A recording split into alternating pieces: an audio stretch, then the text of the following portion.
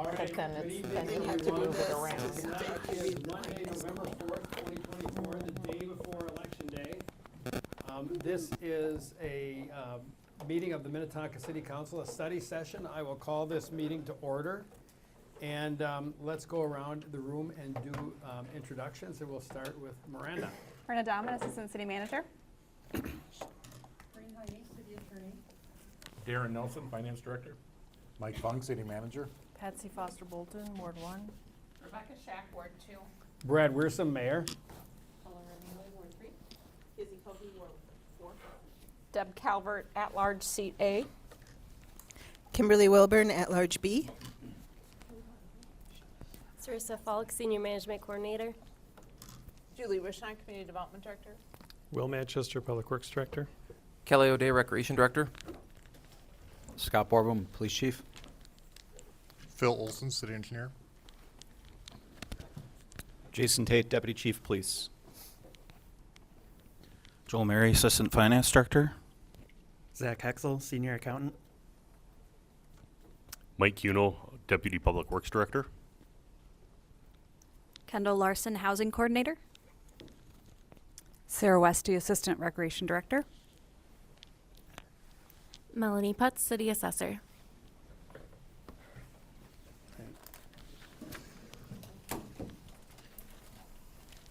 Tom Stockert, resident, 5524 Dominic.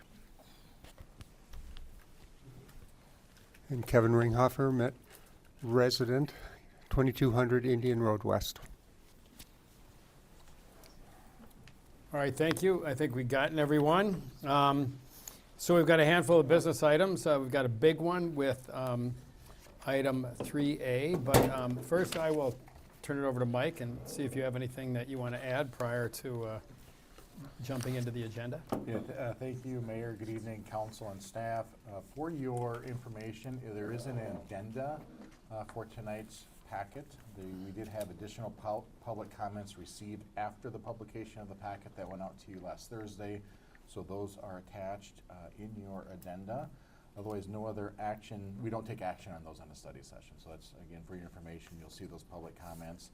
And then before we jump into the budget, Mayor and Council, just want to give out another shout out. I've been saying this a lot lately to our election staff and to all of our staff that have been helpful.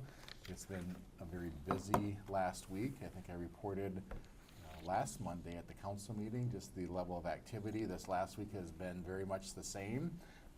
Generally between 1,000 and 1,100 people a day have been coming to City Hall as of last week. We were open over the weekend with extended hours. The Saturday and Sunday was also very busy. And then today was probably our busiest day. We had around 1,300 come through City Hall. And so again, really appreciate our election staff working really hard on customer service, making sure we're attentive to those that are standing in line, because for those that do come, you can stand in line for quite some time. And our staff is out there, and I've heard a number of anecdotal positive comments just from residents that have gone through our line and had a chance to interact with our election staff and of course our election judges. We can't give them enough thanks as well for their part in these busy days and working really collaboratively and being kind and nice to those that are in line. So again, just a big thank you to all of our election staff and our election judges. So with that, Mayor, I just turn it back over to you. All right. Well, thank you. And without repeating it, I just want to, I've seen the long lines at City Hall, and, you know, for midday today, I think the wait was 45 to 50 minutes. So, but people are hanging out. So, I mean, I saw one lady holding a baby and patiently waiting, and I give people credit for showing up and voting. So, but thanks to all the staff who makes it happen, because I know how hard our team is working. So thanks very much. So as far as business items go, this is our 2025 budget and related items. You know, the council, and we're going to review the council salaries, review the 2025 utility rates, the cellular antenna lease schedule, and the grant applications update. But, you know, we've all seen the budget previously, and so I think, are you going to tee it off? Mr. Nelson? Mr. Funk's going to tee it off here. Okay. Yeah, so thank you, Darren. Mayor and Council, as you just mentioned, Mayor, a number of items under item A that we'll walk through tonight. I'll kick things off with the general fund budget. And before I get into the timeline, I'll really probably condense my comments tonight because my comments are mainly geared towards the conversation with council and staff coming up as the timeline indicates on this upcoming council meeting, December 2nd. So we're gearing up for December 2nd.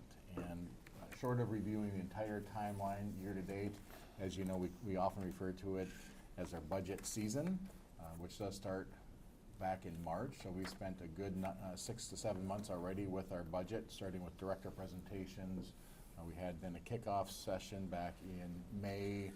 We also in May study session had the community survey because that information is important as we start framing up our capital improvement and operational budgets. We also then start our CIP in June, bring back in August our operations again. September again, we had a presentation at the public meeting on the 23rd. And all of that culminates very quickly. It seems like it goes very fast, culminates here this evening. No information has changed regarding the general fund since we last talked about it. That's why, again, tonight I'll make more of my staff's my comments, and I think Darren's will be brief as well regarding the general fund. And then we'll certainly want to spend a few more minutes on the utility rates. We'll give you an update, as the mayor mentioned, again, on the annual cellular antenna lease and the grant applications and our grant status information as well. So with that, we'll just roll into the next slide, and that is, and again, I know you've seen this before, again, very kind of quickly for your benefit, what we've been discussing, staff with you as a council, is projected property tax levy next year of 7.23%. We have broken that down really into two main categories. One is more general fund operations, just shy of 5%, or more specifically 4.98%. That again is more inflation influence. So really looking at staff compensation. When we look at the general fund budget, roughly over 70% of our budget is related to personnel. And so with that general fund operation of 4.98%, that does largely reflect staff adjustments in terms of compensation and then other benefits that are related to personnel. We also then are into the second year of our public safety master plan and that implementation schedule. That is that 2.25%. So adding that 4.98 and the 2.25 is that 7.23%. Again, I don't need to say it to you, but I do know we have a couple guests here this evening, but I also just want to reiterate that when we think of property taxes, they fund three major areas, and those are capital improvements, operations, and then our debt service. That's further illustrated by the pie graph on the left-hand side of that slide. And so with property taxes, 78% of it, or that biggest piece of the pie, which is that blue shaded area, is operations. The red area is 18%, which is our capital improvement plan, and then debt service is 4%. So again, a major piece of our property taxes do go towards operations. Next slide. Do I have control? You got that? This slide illustrates projections, and so it's what we do as a staff, and really this is instrumental on Mr. Nelson's part, as not only do we take a look at 2025, but we look beyond that, and that is prudent financial planning. Is that what we want to do as a staff is present to you with forecasting as what we see as potential levy increases for the next few years. That's what's illustrated on this graph. You've seen the detail behind that in previous presentations. We call it our financial management plan, or FMP for short, where there's a lot of detail and assumptions that go into forecasting out the city's projected revenues and expenditures through 2029. And when we do that, you do see that in 2026 and 2027, still potential bigger levy increases. Those again are largely related to the implementation of the public safety master plan. We do start to see in 2029 that starting to tailor back off. And when you look at really kind of that 2024 through 2028, that's that 5 years of the public safety master plan and how that's shaped the levy during those 5 years. Next slide. Yep. Next slide. So at this point, I'm just going to turn over to Darren. I'll have a couple other comments along the way. Darren will again kind of highlight the general fund here in the next few slides, and then we'll go into utilities after that. So, good evening, thank you. And I'm not gonna, these slides, you've all seen these before, so I'll go over them pretty briefly, but just wanna kind of reiterate on a few things on that end of it. And obviously, with the second year of the Public Safety Master Plan, we are looking to add some additional personnel. We're looking to hire 9 additional firefighters, and then we have 1 in the police department as well, too, that we were looking to hire. And so that we have 10 new public safety personnel, and that really relates to that 2.25% additional piece of the levy increase there. And we do have a couple other positions as well, too. So we have 1 DEI specialist that would be funded through the general fund, and then we have 3 non-general fund personnel requests that are within Williston Public Works and the Marsh that are funded through those enterprise and special revenue type of funds on that end of it, and are not tax levy dollar related. We also have the second year of our non-union classic compensation study plan, so that impacts our market adjustments for non-union personnel on that end of it. And then workers' compensation. This number's fluctuated a little bit throughout the summer on that end of it. It initially started out at a much higher number, which is still very high, but as you may recall at the council meeting last week or the week before your last council meeting, there was an approval of approving the League of Minnesota Cities Insurance Trust workers' comp renewal for next year, and there was actually a decrease in the premium that we had initially brought forward on that end of it. So there was a savings of about $90,000 projected at that council meeting. It's still increasing. We're still increasing the workers' comp for this next year over 20%, which is about $200,000. But that about $90,000 decrease that was noted last week, we are not reducing the levy, the tax levy for that. Those dollars related to the workers' comp premium, our insurance is run through a self-insurance fund, and so every employee is charged a rate according to their classification and their hourly rate, and so that insurance charge, or that internal service charge, then is moved over to an internal service fund that pays our premiums, pays our deductibles, pays any settlement costs that we have on that end of it and such. And so the $89,000 is going towards that fund balance to kind of keep those rates a little bit higher to help cover the cost of both the deductibles and for those and any settlements that are incurred in that fund. And so that fund has about $3 million in it that covers our workers' comp and our self-insurance renewal. So it's not just workers' comp in that fund.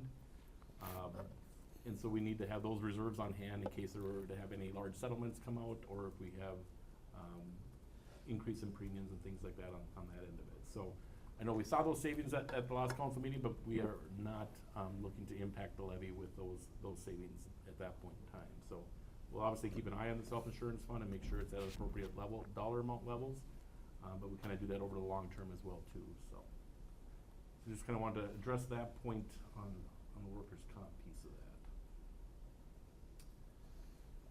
And then there's some non-personnel budget adjustments as well too. We've talked about these before as well. We have some increase in software subscription licensing. We're seeing everything that is moving towards the cloud, and they really got us over a barrel on that, is that the prices on that are increasing pretty substantially across the board, across everybody's applications, on every department's applications on that end of it. We've talked about the Xcel Energy and the change with the PUC on the Solar Garden rebates, and so we've added $100,000 there to our electricity costs for next year. And then we have a couple projects that we're working on with the rewriting of the city zoning code, and then replacement of the permitting software application as well then too. Also looking at our levy, we have a new item on the revenue side of things this year, and so the City Council and the Minnetonka Fire Relief Association approved a state aid sharing agreement this past summer. I think we did that in August, September timeframe on that end of it.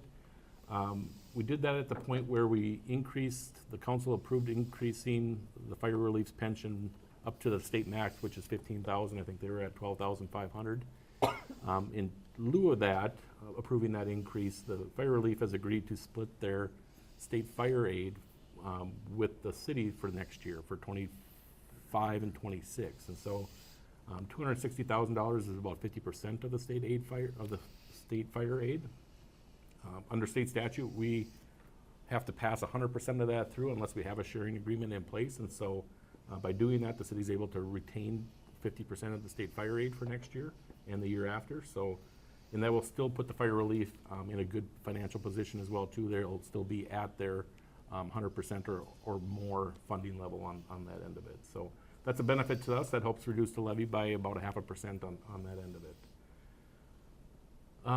We did have initially in our initial plans back in the early part of the summer, late spring, we did have a subsidy plan for the marsh, and that was kind of included as we had a specific dollar amount when we purchased the marsh. We had estimated that we would have $2 million to operate the marsh for a couple of years. That couple of years would run out next spring. And so we estimated that we would need an operating subsidy to get through the remainder of 2025, looking at operations throughout the summer and projecting those into next year. We're looking at we don't necessarily need that $250,000, that we think that our initial allotment of that $2 million that was used to make the purchase and the operations for the first 2 years will get us through the remainder of 2025 next year on that end of it. As more programming is coming on board, we've had increased revenues and things like that, and things are looking good on that end of it. We have halted the ERP and HCM, or the Human Capital Management Implementation Project. That's with Logis, and so that new software came with an expanded price tag, but unfortunately that project has hit some snags, and so we're on hold, and that project will likely not go forward, and so we'll revert back to our current system and have some savings there on an annual basis for the next couple of years anyway. Then with some fuel saving costs and then some salt inventory as well too. We're better managing our inventory amounts at year end and not having large fluctuations at the end of the year just due to accounting changes on that end of it. So all things that are help reduce the levy at this point. And this is really small, so I'm not going to spend a whole lot of time on it. This is basically a condensed table from your budget book. And I want to get the right page number. So this is kind of a modified page number 14 in your budget book. And so I just wanted to show this is the general fund revenues and expenditures. And really this next chart here is a breakdown of the general fund expenditures by function. So you have your public safety, streets, admin, development, recreation, parks and environment pieces of that. And so all these numbers in here tie back to the expenditures, the total expenditures on this page here as well.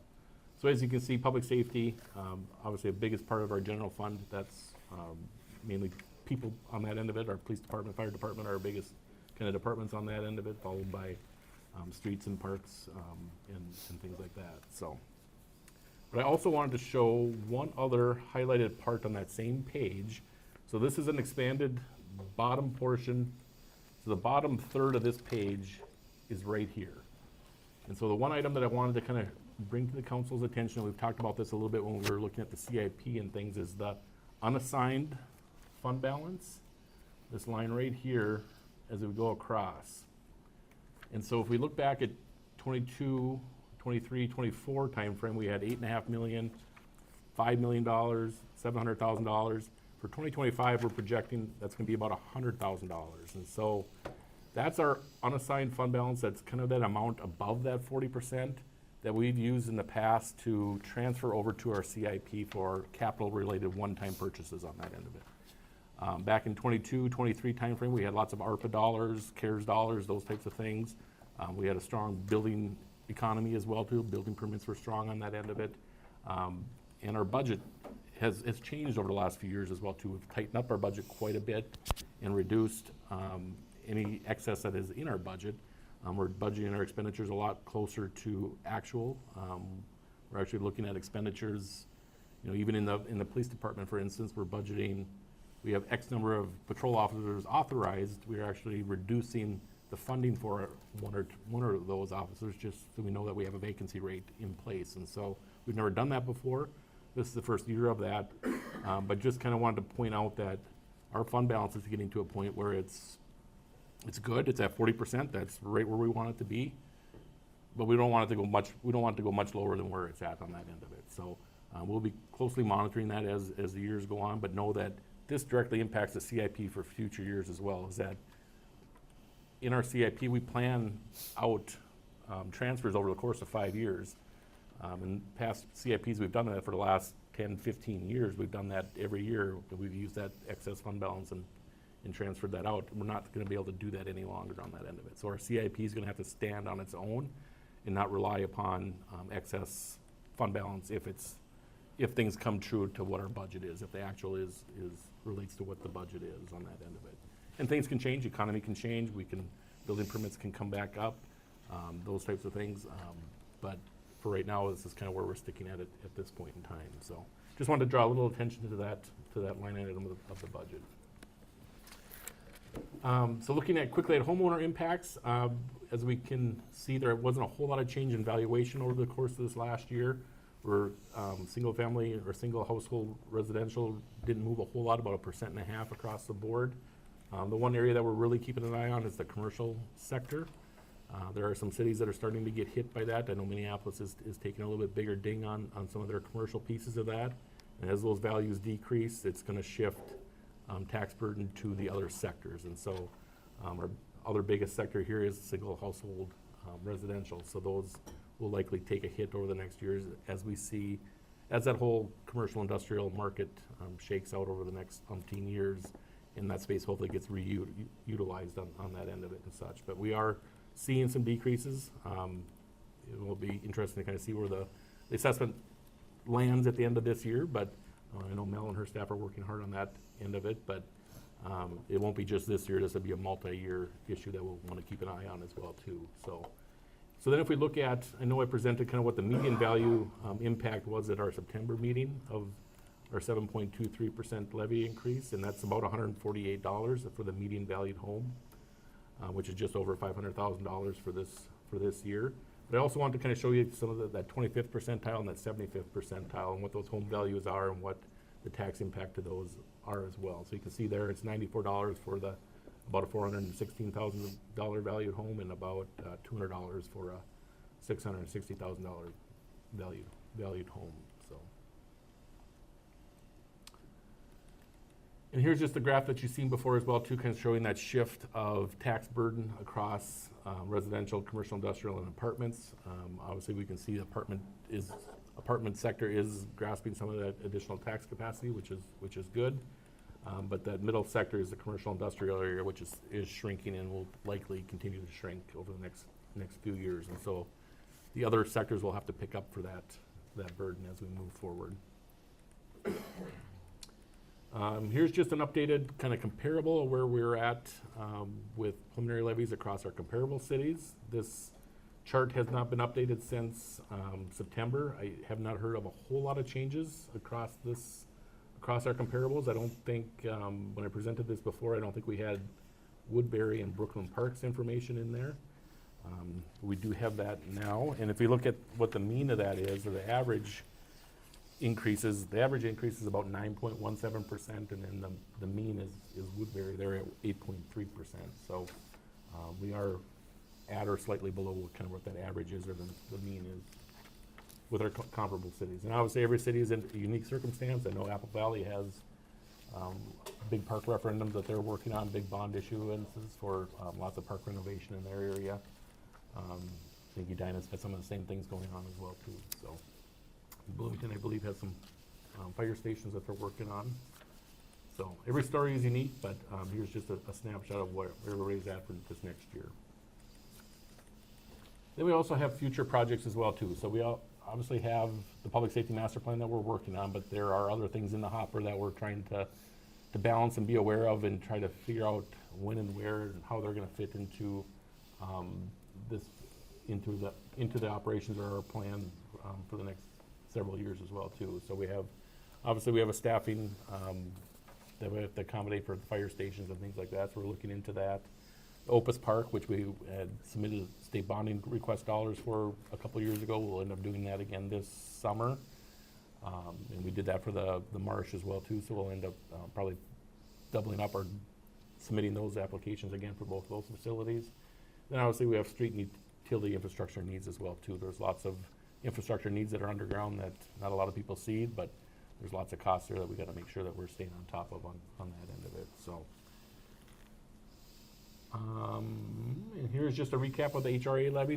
There's no changes there. They're still recommending $300,000 for our HRA levy for next year. And just a note there that our our cap on it. There's a cap related to the market value of residential properties in the city, and that's $2.3 million of what our levy could be on the HRA, but it's always been around in this $300,000 range on that end of it. So then just a quick comments on our budget communication and feedback. We've been doing trying to do a really good job over the last few years of trying to get our budget message out there, trying all the different communication methods. We've used Minnetonka Matters now for the second year, and so we're starting to get, I think we got a dozen or so comments for the year. We've had 400 and some people engaged or have viewed the budget project page anyway. So that's good information out there. Obviously, it's in the Minnetonka memo. We do citywide emails, all those sorts of things to try to get as much feedback as we can. The one thing unique about this year compared to most years on this meeting is that usually this study session is later in November, and truth and taxation statements have usually hit, so they're in people's hands at that point in time. So usually that spurs phone calls to either assessing office or budget office, finance department as well too, about taxes on that end of it. So we do have a number of comments that we received this year, but so far, but I think we'll get some more once those start to hit the mail as well too, which are expected to be mailed next Tuesday after the holidays. So, and then just a reminder, December 4th is our official public meeting for the budget. We are required by state statute to have that public meeting. That's been advertised both at our September meeting, and then it'll be on the truth and taxation statements as well too, stating the date and time of that as December 4th at 6:30 in the council chambers. So with that, I think, and here's just some avenues where we've have had the communication. And so with that, I think we are about done with the budget piece of that. So here are the questions that we had proposed, and welcome any feedback, and I'll turn it back to the mayor. Great. Well, thank you, Darren. Council, any comments or questions you'd like to raise while we discuss this? This is not new news. We've seen most of this before, but any questions or clarifications or comments anyone wants to make? Don't all speak at once. Kimberly. I'll just make a quick comment, and maybe this will be covered more on in our November meeting of our Truth and Taxation meeting. I just, again, looking at some of the comments, it's clear that people don't necessarily understand the budgeting process, which if you're not attending every meeting, I can understand why you wouldn't. But like there was one resident who was making suggestions about the police and their training should be this and this should happen, and the council doesn't decide that. That's the council. The chief brings forth the budget, and it might say, so we might know that we need to hire this number of officers, and we need to purchase certain equipment, but we don't say, well, you need to do this training, and that's not decisions that the city council make. It's up to us to approve the budget or not approve the budget, and we can ask questions about things in the budget and maybe make suggestions about things in the budget, but we don't manage the department. And so I as much as we can communicate that to residents so they understand what it is that we're actually doing. Thank you. Rebecca. Thanks, Mayor. We've been talking about this all year, and there's no surprises here. There's always a few things, I spent some time with Mike this morning going over some questions about the details within the budget, and I don't know that I need to, I can maybe send some follow-up emails and make a more efficient use of the time, because it was more curiosity than anything, but I so appreciate this.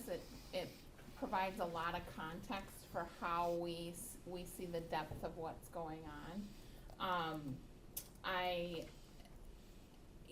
The Minnetonka Matters data is really interesting to me because, you know, a lot of people don't click through to anything other than the front page before they leave their comments, which is fine. I mean, we do a nice job trying to explain it in a summary, but it isn't lost on me that, you know, there's a lot of criticism without a lot of research about the detail. I think we've got folks that do pay really close attention, and that's great, and we get good meaningful feedback from those folks, but some of the generalities about, you know, I appreciate financial prudence but some of the comments are just so basic that we should just spend less money without really understanding what we're doing, and that's, you know, a little frustrating because here we have this very in-depth packet that we're operating from. All that said is, I still feel comfortable with this budget. I have heartburn looking at our to-do list and looking at where we see this go in the future, but we're focused on the now, at least for this moment. So I'll stay tuned for, I've just got a couple of questions I'll email you. Thank you, Rebecca. Other comments? Deb? Yeah, just really quickly, you know, for the listening public, we have been reviewing the budget for at least 6 months. You know, it's just part of our study session meetings, and I mean, to say I'm comfortable with the 7.23, I think is sort of overstating it. Do I feel that that is appropriate given the needs of the city? I think it does cover the needs of the city. I very much appreciate hearing the comments from Darren about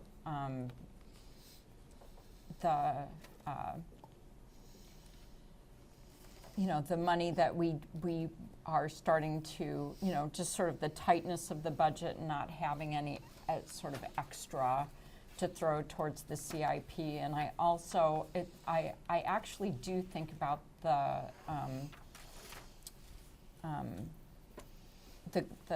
dip in commercial real estate. It's something I think we've sort of seen a slow rolling, hopefully not a train wreck, but, you know, slow rolling, significant change over time since COVID. And I really feel like it's a National League of Cities issue. I feel like federal legislators and state legislators are going to have to start helping cities figure out how to grapple with some of these issues. And I think that we as a city are going to have to figure out some messaging around that, because it will shift the tax burden. And people are really feeling it. I mean, we're seeing it in this election, you know, sort of how people feel about inflation, their taxation, and it's very real to people.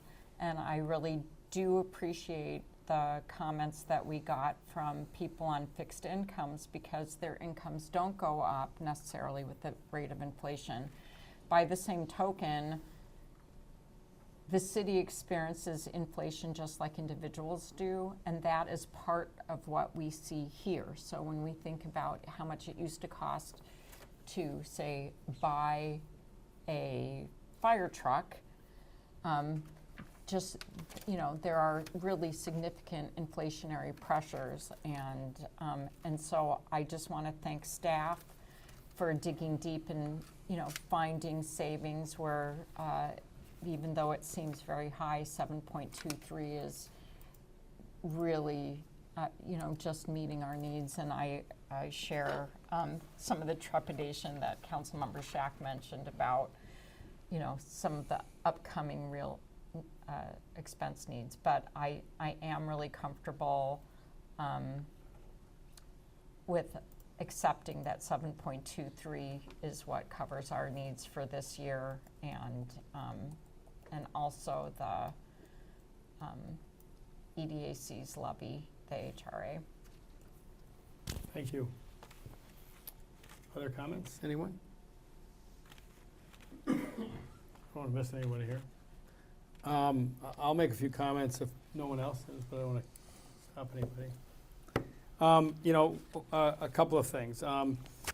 The 7.23 is what we have talked about for quite some time now. I think delaying the facility improvements was the right thing to do, although that's somewhat painful.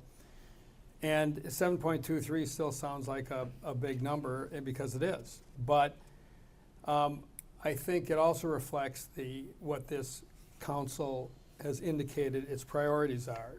Our operations are going up 5%, 4.98%. And that, to me, that's where the comparisons with other cities are really valuable, because we're right, we're not very far north of inflation, and a lot of the drivers and our operations increases are uncontrollables. I mean, they are the real inflation that cities face. We talked about insurance. We talk about the cost of new equipment. We talk about the cost of materials. I mean, all these things are real. Now, our residents are affected by all these costs too, not just in our city budget, but in their everyday lives. And so I think that there are, and I think people who are on fixed incomes and wonder if there are other ways available to the city, maybe not, certainly not this year, but maybe in future years, to provide some circuit breakers for senior citizens, or some tax relief, because I think if you're on a fixed income and you may have a small pension, your Social Security goes up with inflation. I think it's going to go up 2.5% in the coming year. Well, our operational increase is 5%, so those people are going to fall behind based on even though they're on a fixed income and they're going to get a raise, it's not going to be as big a raise as the increase, the percentage increase in costs. So, just being mindful of that, I still think I support this budget. 2.25% for public safety is needed. We all supported our public safety master plan. We are spreading that out over time because it is a big increase. But I think in this day and age, it's truly needed. So, I don't see a lot of, I don't see any fat in this budget. And I'm also appreciative of the comment that Darren made about the unassigned amount of money and how that's dropped down. I remember 10 plus years ago, Tony Wagner, former council member Tony Wagner, really pushed on this, and I was with him on it, was that, every year we underspend our budget by a pretty significant, amount. And say, well, and work in the private sector, if you don't spend it, you lose it. And well, this is a different ball game than the private sector. And we're constantly being reminded, well, the risks of overspending our budget are a lot different than they are in a private company. And that's really true. But I think running tight is the right thing. So I think the policy was put in place largely at the behest of Councilmember Wagner and people who agreed with him, that we created that policy where, okay, anything that went over our 40% reserve amount was going to be applied to the CIP, which is really, I think, a very good policy. But it's also like anything, you become dependent on it. And so you sit there and say, well, okay, we're a little tight here, but we know we're going to underspend and we're going to get that money shot of the CIP. I think it's much more honest with our taxpayers, because if you take a cynical view, you could say, well, we're really over levying to kind of pad the CIP in future years. And I'm not comfortable with that. I think being as tight as we can reasonably be, understanding that there is some risk associated with that, but by being tight, I think we're levying what we need for when we need it. And I really feel good about that, and this budget does that. So I'm supportive. I mean, there are probably little tiny details we can argue. We probably each received emails on little aspects of the budget, but I think this budget makes sense. It reflects our values. It's consistent with our strategic plan, and I think it's well vetted. And I think I think the fact that we're maybe cutting a little closer than we historically have been, I think that serves our taxpayers well. So I'm supportive of the budget. Sorry for going on so long. Anything else? Well said. Thank you. All right, so, Mike, there's other things in here that you wanted to, I think, comment on a little bit, the utility rates and the cellular antenna stuff and those sorts of things. Was there anything you wanted to add, or ready to move on? No, I think we're ready to move on. We'll have, you'll see another rendition of this, or actually the same rendition. Okay, at very that good. December meeting. We'll probably have staff go a little deeper into the presentation that evening. Right. Just because it's for the more, this is a public meeting, but just Yeah. we'll have more folks probably in attendance. So we didn't mean to condense it and brush over anything too quickly tonight. So if you do have questions or comments, that's what we're looking for. Again, you've seen it a number of times, but we'll have probably a lengthier presentation at that December meeting. Doesn't have to be much longer. Doesn't. Well, and I think we'll want to spend, and we're Never mind. well I noted. apologize. Well noted. And to the one slide that Darren had up there, just with those future requests, I think you recognize that and have said it here tonight, and I think Councilmember Shack has said it and others. Just with those we have some potential big ticket items coming up, as noted, and just how we fund those will be part of our long-term financial management plan, and look at how we're going to fund potential improvements to the fire stations. We have facility improvements that we've discussed, and the other items noted up there like Opus are all going to be significant items. So how we manage that fiscally is going to be important, and how we strategize that. Likely we'll get deeper into that into 2025 as we look at the 2026 and beyond. So certainly that'll come up for conversation. And as also I should have said earlier, I want to thank our staff that's here with Darren and I, directors and other folks that are had great influence in terms of budget. And to Kimberly's point earlier, Councilmember Wilburn's point earlier, it takes all of us to put this budget together. For Darren and I, we rely on our directors to really assemble a budget, and really behind the scenes, that's where they're making their lobbying efforts made to myself and to Darren as we shape this budget and present it to you. And for you, it's really a big picture look at it, because it's an intricate budget. It's $100 million plus budget, and a lot of detail that goes into our budget, over 40 different accounts. And so we appreciate your support and trust in how we pull this together. I can tell you that directors and myself and Mr. Nelson, we bring forward to you a budget that we believe is reasonable, that meets our strategic plan. We understand the pressures that all of us have in today's economic times, just with inflation. And we are stewards of the taxpayers' money, and we want to be good stewards of the taxpayers' money, and I think this budget hopefully reflects that. So with that, the next item, Mayor, if we can move on, is related to then council salary review. I'll turn this over to Ms. Dahman, who pulled together research on this. If you recall, you as a council did adjust council salaries here recently, and then in the ordinance that was approved was to review this on even numbered years. So obviously we're 2024, so we're bringing research to you per the ordinance that you adopted and reviewing similar like cities. And Ms. Dahman will talk about that, and we'll talk at the end what you want to do with that in terms of next steps and the timing of that. So with that, Mayor, I'd turn it over to Ms. Dahman. Miranda. Yeah, thank you, Mayor and Council. In the packet, there is a form about the council salary review. So we pulled together all of the 2024 data. The 2025 data was not fully completed, so there were some cities completed and there were some cities that were not completed. If the council did want to move forward with adjusting any of the rates or any of the salaries, they would go into effect after the next municipal election. So next time it would go into effect would be January of 26. So historically, we've had conversations around this time.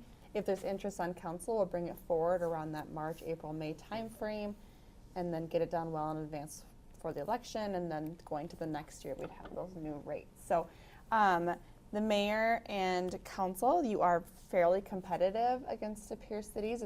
These are the same 10 peer cities we use for our non-union and union employees across the board. However, if there is an interest for change or more conversation, we'd be open to hearing that. That's all I have. All right. Any questions, council? You know, I'll just add a little more color because we did discuss this. You know, we did take a pretty significant increase starting in 2024, and there's two things that I want to comment on. One was that large increase reflected the fact that there hadn't been an increase since 2016. So council and mayor's salaries stayed the same. And so what we did in making the recommendation for a change that we all agreed to was that we looked at the percentage increase that the staff had received over that time on a compound basis, and we applied that to the salaries that were in place at that time. So basically it was consistent with what staff had received on a percentage basis. Then there was conversation because one city, I believe Lakeville, paid council members for each non-city meeting that council members attended. So if you went to a League of Minnesota Cities meeting or a training or this, that, or the other thing, you got paid a fixed, in Lakeville, they get paid a fixed amount for each of those. And one or two of our council members brought that up and thought that that made good sense. And so then maybe I, or some of us, suggested, well, let's just simplify it. Rather than having to do all that accounting and keeping track and turning requests in, let's just say $2,000 a year for meetings. And so we took the lump sum, $2,000, added it to the you know, what the calculation came for, you know, the salary increase, and that became our new salary. So mayor's at 23.5 and the council's at 18. Then we said, let's look at this every 2 years because we recognize that there has to be an election between the time an increase is decided and it's implemented. So the people who decide on so the voters have a chance to vote the people who voting themselves a raise can vote them out of office if they don't like what we're doing. So the idea was, let's look at this every other year, look at it about this time of year, so we could consider next year, do we want to take an increase that is consistent with whatever salary increase the staff got? So we're not having to take a big increase every 7 or 10 years. We're just consistently going up in a manner that's, you know, roughly reflects the market for public employees. And so that's the approach we've taken. I think it's a pretty good approach. And so I think based on this report, next year, you know, in the first quarter, I would say we want to keep it away from the election, but, you know, do it maybe in the first quarter, have staff bring that forward, make a decision. Do we want to raise? How much is it? How much has staff gotten? Make the decision, move forward, and then we live with the consequences of our decision in the coming election. Rebecca. Thanks, Brad. I agree. I think that's perfectly well reasoned. Earlier, when I was reading this, it's like, oh, we just got this raise and it feels too soon. But then I do remember a lot of time was taken in that meeting saying it is not fair to future councils to put them in this position again, to have to contemplate a catch-up and kind of to take the heat for that. So let's be deliberate about it, which is why we added that language in the ordinance that kind of forced the re-look. And so I think it's, you know, it'll probably be a fairly nominal raise, particularly considering proportionate to what the pay is. But I think it does make some sense to do this along the way and be deliberate about it than it does to kind of kick the can down the road and then get to the point where it's like, why have we not done this? And so I agree. Thank you. Any other comments, council? Kissy? I guess my thought process on this is that I look at it, I mean, I know everybody don't look at it like this, but for me, I look at this as a job because it's a job to me and I work. And so my thought process is, I know we did just get a raise, but I feel like if city staff can get raises, I think the council should be getting raises too. And I think it should be according to the cost of living. You know, for me, it's important not only do I do the work for the city, and I do good work, but I really feel like, for me personally, I just feel like we should be treated the same as far as cost of living. I don't think that we should be not considered in that way. I know in the past, because this is an affluent city, everyone don't feel like that, but for me personally, I don't make the income that a lot of folks here do. And so for me personally, I'm gonna speak for myself, I think that we should consider that. Anything else, council members? I think, Kizzy, to your point, I think that's essentially what we're talking about here, because we can only increase our salary every other year because of elections. There has to be an election between the time you decide it. And so the thought is to do it routinely and base our increases on what staff has gotten. So it's very similar. The execution is different because our charter does not allow us, and correct me if I'm wrong, Corinne, our charter does not allow us to just put an automatic salary formula in place and say, well, okay, the council is going to get a market rate increase every year. I don't think we can legally do that. We have to follow the rules and have that, and we have to act on it and have the have an election between the time we make the decision and the effective date. Is that indeed correct? That's actually a state law requirement. It's not Okay. in the city charter. I mean, the city charter might duplicate what the state law, but Okay, it's the thank state you. law that governs, and it does require that any ordinance establishing the salary can't be effective until after an election. There Very are good. some cities that have put in provisions, but I question the legality of that.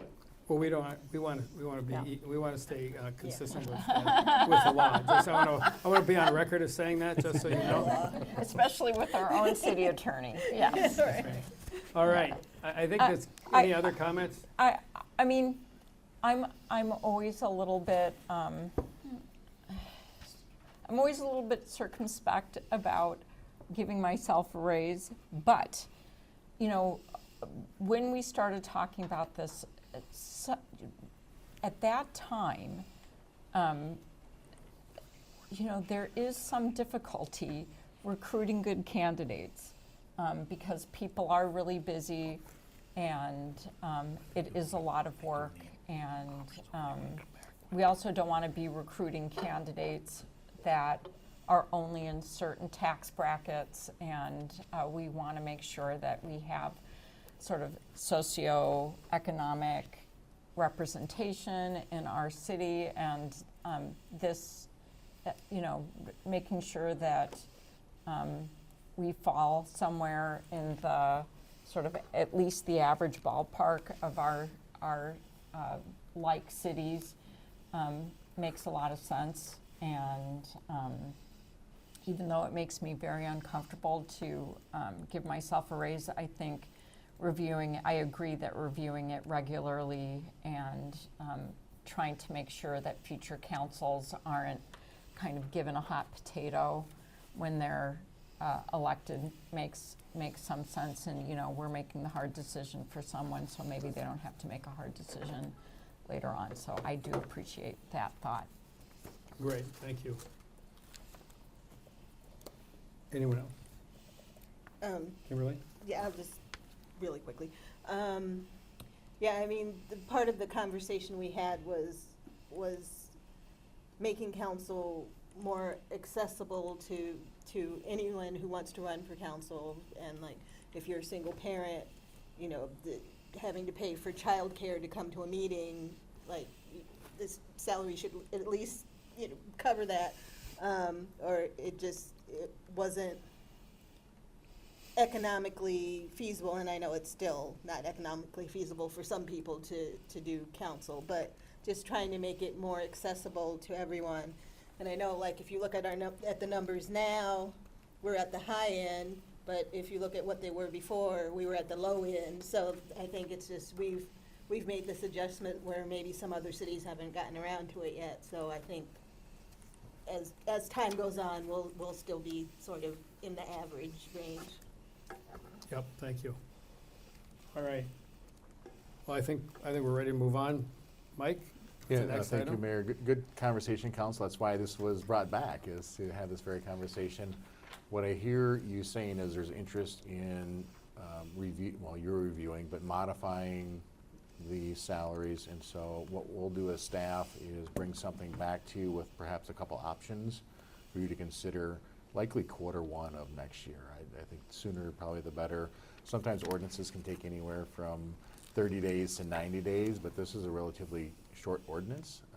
So I kind of default to the city attorney. That's something we could turn around fairly quickly. And so again, it sounds like you're looking to make a change, make an adjustment, and we bring something back to you in Q1 of next year. Yeah, and I think from my perspective, we'd be looking for data on, okay, if we're gonna be consistent with staff, what's that look like? I don't have any sense that we wanna jump ahead or make a meaningful change. We wanna just basically stay consistent with the market, and kind of base our market on what staff increases have been or are anticipated to be. Yeah, thank you, Mayor. That's helpful in understanding that direction. Again, I think we can take a look at that and provide you a couple options for you to land on. Very good. Thank you. Mayor? Oh, I excuse was me. gonna say one more thing too, also like making sure that we stay comparable to the other cities that we're compared to, not to get too far ahead of them. I think, just making sure that we're not being like overly, nice to ourselves, I guess. Yep. And thank you. And I would just sorry to jump back in if it's all right, Mayor. No, go ahead. I think when you look at staff salary adjustments, it's a two-part adjustment. So we do take into consider cost of living as one piece of that. The second piece is then a market adjustment. So we can run some calculations on really kind of an average for all staff, because with our 3 unions and non-union employees, we have in essence 4 different employee groups, and so those are not all the same numbers. And so we'll look at doing some averaging and come back with what that looks like. Give you a high ballpark number. It's probably in that 4% range per year. Yep, Between the two. that sounds good. Everyone? Okay, good. Next item, Mike. All right, thank you, Mayor. Moving on, I'll turn it over very quickly to Mr. Nelson. He has a presentation on the 2025 utility rates. And with that, Yeah, thank you, Mike. Yeah, so looking at our utility rates tonight is another big piece of our study session. So we look at our water, sewer, our stormwater, and then our environmental recycling fees as well too. So we'll kick it off here with the water and sanitary sewer rates. Back in, it was probably 2014, I think council did an in-depth analysis, looking at our infrastructure and really trying to get ahead of where our infrastructure needs were and our replacement and just our needs going forward on that end of it. And so our rates increased quite a bit back in that point in time, and we've done a couple rate analysis since that time. Back in 2020, we had Baker Tilly come in and just do an analysis on making sure that we're kind of keeping track with that infrastructure needs analysis that was done back at that point in time, and we were keeping track with that. We've been tracking it about, our annual increases have been about 3.75% for the last decade on that end of it. And then that helps coincide with all of our CIP related projects, our operating needs, and our debt service needs across the board on that end of it. What we are looking at, we did have a change back in this time last year. So for 2024, we had an increase or a change in our rate structure. So we have been going, that 3.75% increase across our water variable cost, our sewer variable rate cost, and then our infrastructure fee cost as well too. And so what we found out is that, what we were noticing is that the pass-through charge from Met Council, the Met Council Environmental Services processing fee, our sewer variable rate wasn't keeping pace with that pass-through charge. And so we made a conscious change last year to increase our sewer variable rate to match what that pass-through charge is based on the number of gallons that sewer gallons that we're basically billing on our end. And so we had to increase our sewer rate last year pretty substantially. I think it was like 11%, something to that nature. But that then got us to an exact pass-through amount. So when you look at your utility bill and you look at the sewer variable fee, that fee that we're charging is basically, we're collecting that and we're cutting a check to Met Council every month. And so our fee for 2025 to Met Council is $5.7 million.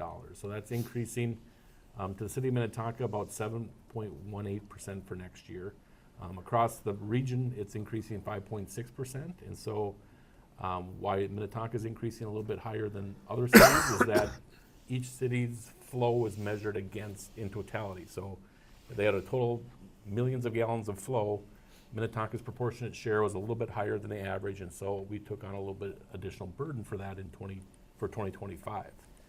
And we had a kind of a nuance last year with related to the Southwest Light Rail project, where those contractors had to do some dewatering down in the Opus area, Hopkins border, that type of area, and so contractors had to dewater, and they couldn't put that water into the storm water or storm drains. They had to put it in through the sanitary sewer system, and so to do that increases our flow percentage to that, but we then charge them a pretty substantial fee for that, and so we collected those dollars last year for that revenue that we knew we would be hit on for our flow rates for this upcoming year. And so Minnetonka residents aren't going to feel that 7.18% increase since we already collected those revenues from that contractor for those services. And so when we do the calculation, it turns out actually the increase for next year's sewer rate is going to be 3.75%, which is what we've always kind of historically done, is 3.75%. And I redid the math. I'm like, this can't be 3.75%, and it But was it is. 3.75%.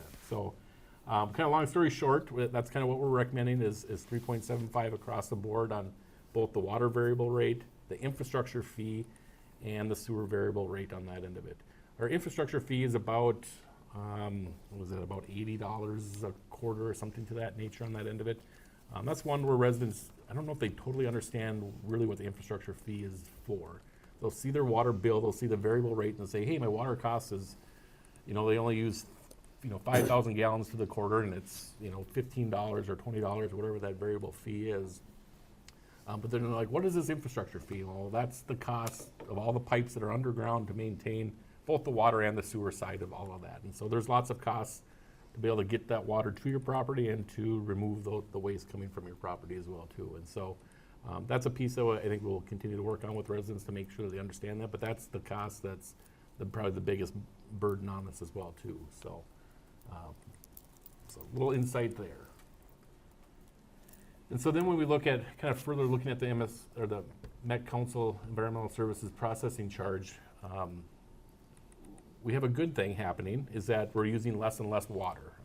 Less water is going through Met Council to be processed, and that is region-wide that is happening. That's due to a lot of water-saving devices, conservation efforts, all those types of things on that end of it.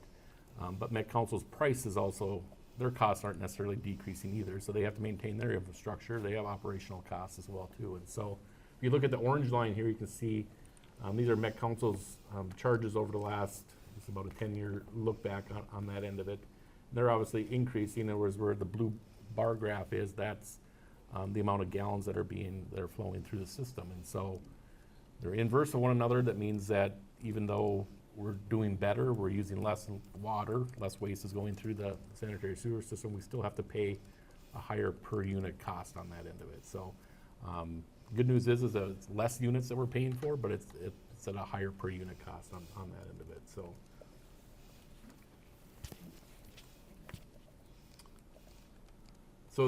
here, just wanted to show quickly just the impact of what a 3.75% increase across the board on both the water and sewer rates would be.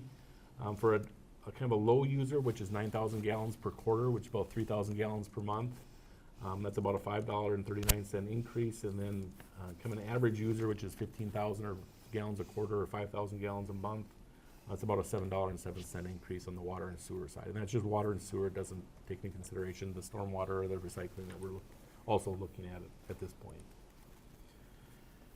And so we also look at our cash balance, and we forecast this out over 15 years. And really, it's hard to take an estimate what's happening beyond that 5-year time frame, but we kind of just estimate and take some assumptions into play on that end of it. We're trying to keep our cash kind of at that minimum cash target, that blue line, we kind of come up to it and we kind of dip, and so a lot of that is related to some of our bonding needs. We last bonded back in 2021 with some super rates that I'm very jealous that we didn't issue like more at that point in time. So we'll be issuing bonds again in 2025. We're at the point where we've exhausted those funds. Our cash is starting to get down there on that end of it, and so we need to kind of replenish that and have obviously projects in the hopper that'll utilize those funds for us. So we'll issue bonds in 25. I think preliminary we got it projected to be 2027 or 2028 on that end of it. And we're trying to get our bonds, some of the bonds that we issued back in like 2014 through 2018-ish were, I think they're 25-year bonds. We're trying to shorten them up a little bit just to make sure that our debt service isn't become the driver of our rates in the future. And so if we can kind of turn and burn through those quicker, then it's using more of those cash that we're coming in with our revenue for projects and not necessarily interest on debt service. So that's kind of the goal on that end of it. So we'll see where this is at that point in time. We are looking at kind of what's on the horizon with this. We are looking at I'll skip down to kind of the third bullet here. An in-depth rate analysis for this upcoming year. I know Public Works has been working on a infrastructure assessment on both water, sewer, and stormwater pieces of that. And so once that whole citywide needs assessment is in place, then I really want to do another rate analysis, which would probably involve a study session to talk really in depth on rates and future and plans on what council wants to support moving forward on that end of it to see where we're at. And so this year we're kind of we're not necessarily muddling through with 3.75%, but I think next year, we'll really have some meat on the bone to really talk about and figure out where our rates are going to go and how our infrastructure is sitting on that end of it and such. So some other things that are on the horizon, we're looking at utility billing software. Don't have a time frame on that. I bet my best guess at this point would be 2026-ish on that end of it. We've always got kind of on the horizon as well too to maybe look at moving from quarterly billing to monthly billing. That would be a nice option for residents as well too, because it's a little bit harder to budget on a quarterly basis than a monthly basis for some. And we're seeing more and more payments. I think 75% of our payments come in online now. So we're having less mail to process.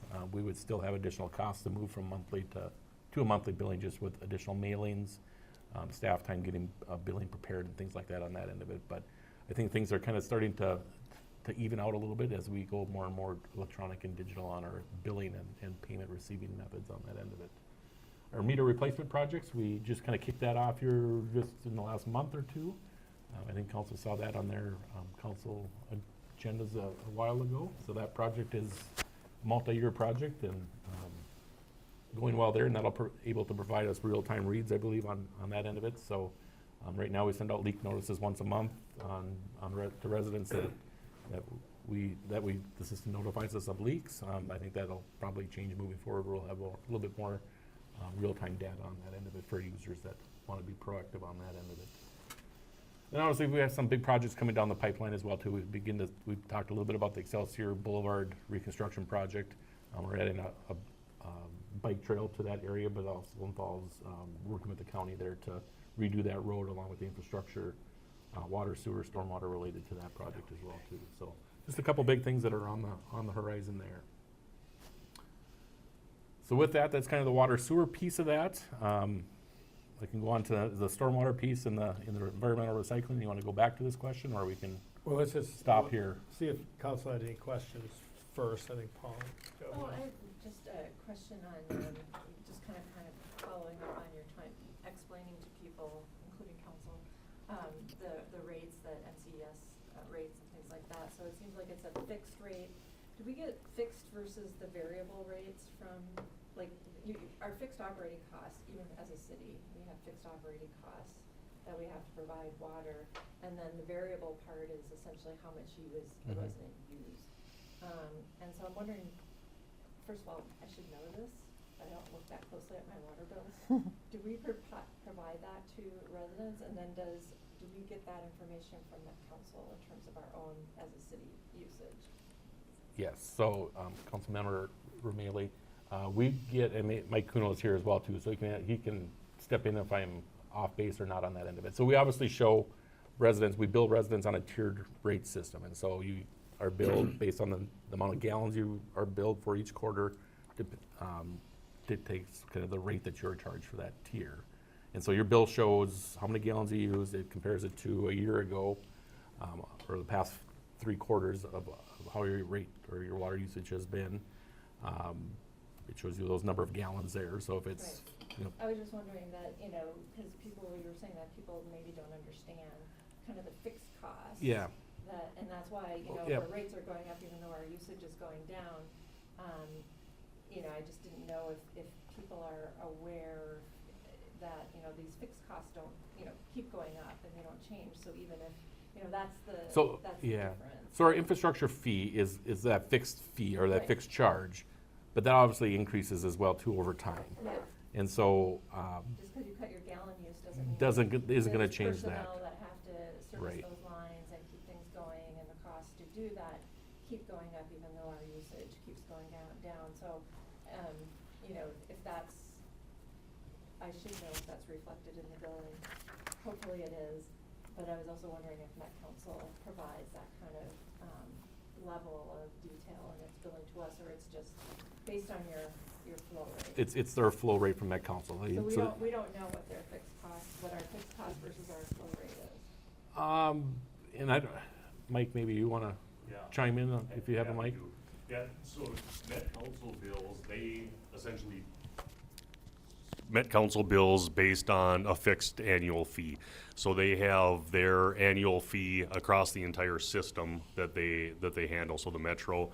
And then they divide that dollar value by the total gallons that they have that come into their plant for the year, and then we pay the percentage of our gallons over that total amount of gallons. So yes, we're paying a usage fee per gallon, but they figure it out based on the total amount of flow that they receive at the plant. So they know, I can't remember what their total dollar value is on annual operating fee, but we'll say $100 million. They're gonna get the $100 million.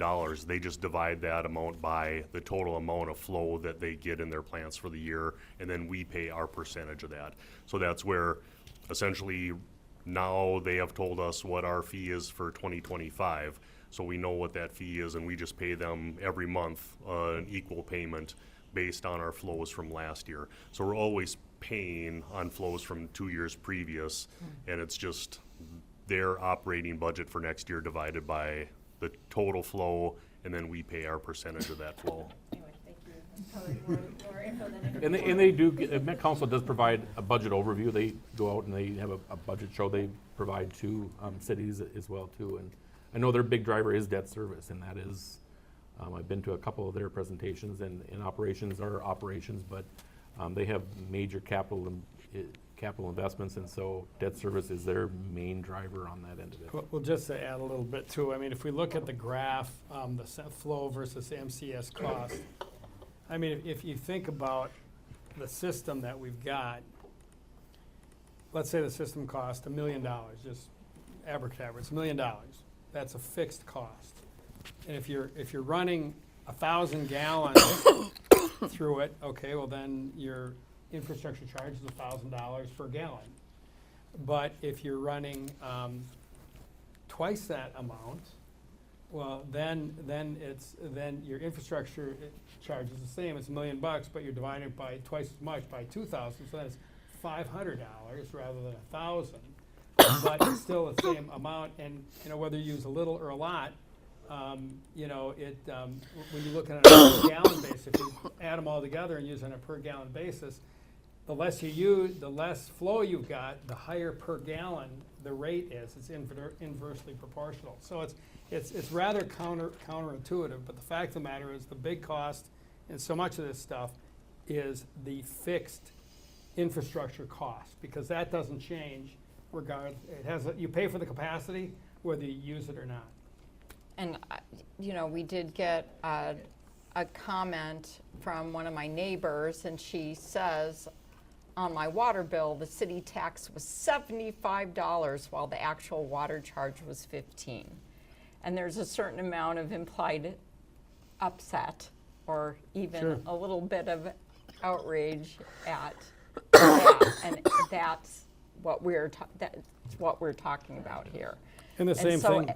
You know, and so I do think that this is worth, this might be worth a Minnetonka Memo article, because it's very hard for people to understand, and we're taking heat for it. This is a neighbor of mine that actually wrote that, but that is not the only person that brings that up, and it's kind of constant.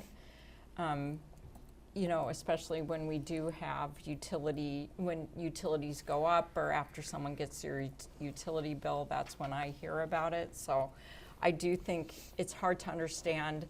And it's also really, it's not just counterintuitive. I think it's really unfortunate that we've really done a wonderful job conserving water in Minnetonka. We really have done a wonderful job. And there doesn't seem to be a reward other than just pure altruism. And that's really unfortunate. And you have explained why that's so hard, but it's still very unfortunate. Well, Deb, I'll add to that too, because we bill our residents for water and sewer, but our residents also get billed for gas, and they also get billed for electricity. And these bills they're all different, but they all have some commonalities, and people don't understand them. You know, and we've got franchise fees on them. We've got, you got to pay for the grid. You got a billing fee. You've got all these things, and I think it might be kind of instructive to, and I don't know whose role it is really, but I think, okay, help me understand utility bills, not just water and sewer, Yep. but all of the utility bills our residents get, so they know what they're paying for, because it is confusing. People get frustrated and they don't understand it. And if there's an education piece, and I'm not trying to sign us up to take on to bite off more than we can chew, but I really think that would be beneficial for our residents to understand. You know, when you get a utility bill, what are you getting? What are you paying for? And why is it important? And franchise fees, for instance, was part of that same comment. Right. And so. Or particularly when our utilities, they don't call them franchise fees. They say it's a city fee. Sure. It's just the city reaching in your pocket at another time. Yes, exactly. And it should be noted, those franchise fees, just to clarify things, our franchise fees are a flat fee. So they don't, if your utility bill for Excel or CenterPoint increases, those franchise fees do not increase in our city. Right. They are a flat fee, so. Yeah. But it is the source. Good or bad. I think it is a source of confusion that. Yeah. Well, to our point, exactly. I mean, and that's the whole thing, is there's all these, utility bills are surprisingly complex, and they're harder to understand than just reading your bill, so. All right. Thank you for that. Let's see the question.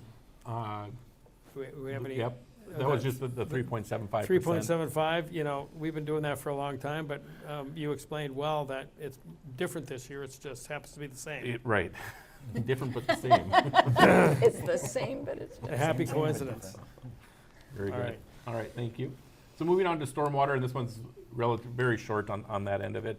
Over the last number of years, we've been had 3% annual increases. We are seeing stormwater area is prone to more scrutiny than the water and sewer side of things, with not litigation, but legislation or regulation is the word I was looking for on that end of it. And then we do have some big projects in our CIP as well too. So with that, staff is looking at a 4% increase for 2025. And again, as I stated with the water and sewer, this would be done, rate analysis would be done in the stormwater fund as well too. And so we've never really done that, and so I think that would be a good practice to go under, or a good exercise to do, and really see where we're sitting at, and have something more definite for next year and a plan moving forward. So right now we don't necessarily have that long-range plan. We're just looking at what our CIP needs are, our limited operational needs, and then kind of just fitting that rate in there. But having a long-term strategic plan on that end of it with stormwater would be a good idea to have, so. Is that stormwater, like that 4%, is that having to do with the Accessor Boulevard project? You said there's big projects. Yeah, coming up, that's, or is yep, that- that's one of the projects that are in there. That's absolutely a bigger project. For sure, that's in the middle of that in 2027. Even, so we'll start incurring some costs even coming up here in 25 on some of that. But yes, absolutely, that's one of the big ones in that 5-year time frame, so. Any other questions or comments on this one? I can tell you, Darren and I were comparing notes on this a little bit today, and I was here when we started this, and it was $3 a household.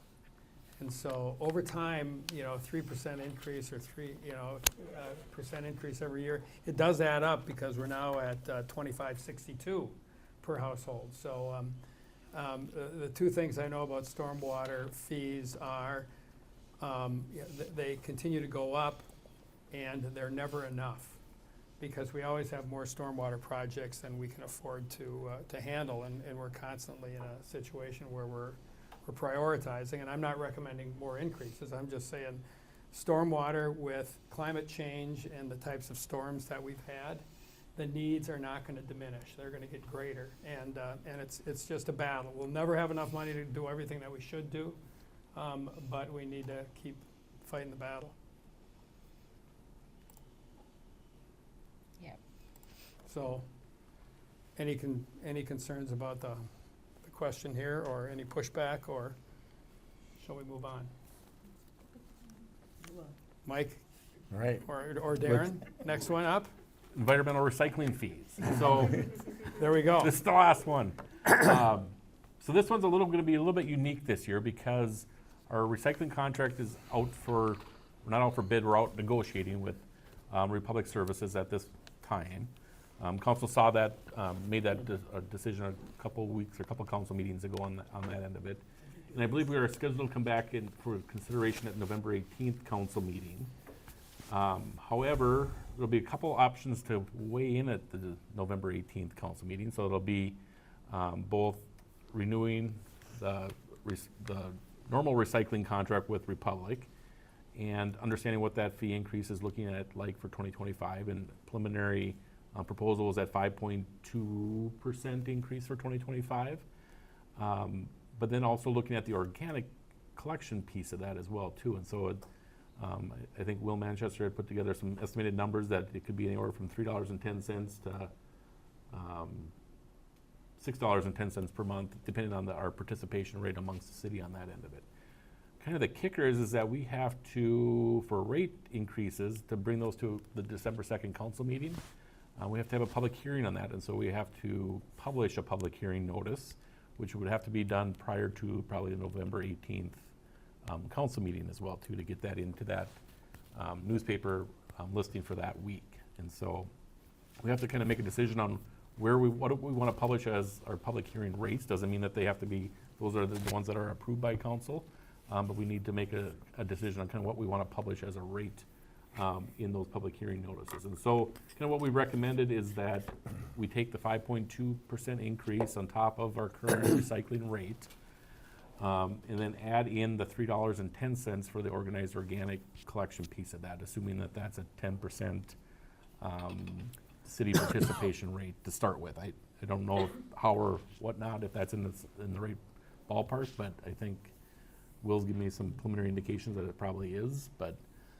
we could start there and see where the November 18th council meeting goes out as well too at that point in time, and readjust our discussion at the December 2nd meeting. Obviously the public hearing notice would have gone out with potentially different rates, but it's a starter anyway at this point. So that's kind of where I'm at. Nothing further on that end of it, other than just trying to recapture the increase in the recycling fees, and then obviously add on the organic piece of that as well for next year. So, any questions? Kimberly? And I know we discussed this, but just to make sure I'm understanding correctly. With the county requirements for organics, is everyone already being charged an organics fee, regardless of the carrier? And then if we switch to Republic, would people who aren't using Republic see a decrease in what they're being charged? I'm going to point you that direction towards Mr. Manchester on that one. That was quick. It was very quick. Yeah, I mean, same as we discussed last time, kind of to recap, everybody does currently pay the charge regardless. What we found is the charge currently is higher than the $3.10. We think we're at the 10% participation. It would be exactly, people would have an opportunity to sign up if we would get over that 10%. An adjustment would be made, but we think it should be, certainly it's up to the companies, but everybody pays now. It would switch to the $3.10 likely, and then we'd look at participation as we move forward. But as we mentioned last time, Maple Grove and Plymouth have just done it. The transition went quite well for them. We've checked in with them multiple times just to make sure they were comfortable. So I hope that answers it. Yeah. And Paula? Yeah, just to follow up on that. So I'm assuming that residents then would have to take the initiative on their own to cancel their own organics fees if they're elsewhere, that it wouldn't automatically happen. We would work with the companies, kind of similar to Plymouth and Maple Grove, and so we would try to assist with all of that here. Okay. And We would they're- want them to sign up directly, though. Those that are interested with Republic, we would have them do that on their own. But if they're gonna be charged regardless of whether they use it, couldn't we do something where we give them bins automatically? We definitely, Just like we do with recycling? we definitely could. Yeah, that could be an option. Kimberly, or I was Kizzy, gonna excuse say, me. they don't, like, this is so silly, but they don't give you the bins automatically. I got the bin. Oh, you gotta call and ask, trust me. Yeah, so I got the bin because this is just my stubborn personality, but I got it because I was paying, and I promise you I haven't put no organics out yet. And I'm like, why am I taking up space in my garage? But I'm just thinking about, like, for like residents, paying that fee. If we go this route, it's gonna be much cheaper, and we're still gonna be forced to pay it no matter what. But at least it is cheaper, and you don't have to take the bin. Leave it out. And this is, well, this one is Will, correct me if I'm wrong. This one is counterintuitive because we have a relatively low participation rate. So the more people that sign up, Again, the higher the the better fee we do, goes, the more not it the costs. lower. Because it's more expensive for Republic to have to make 100 stops than to make 2.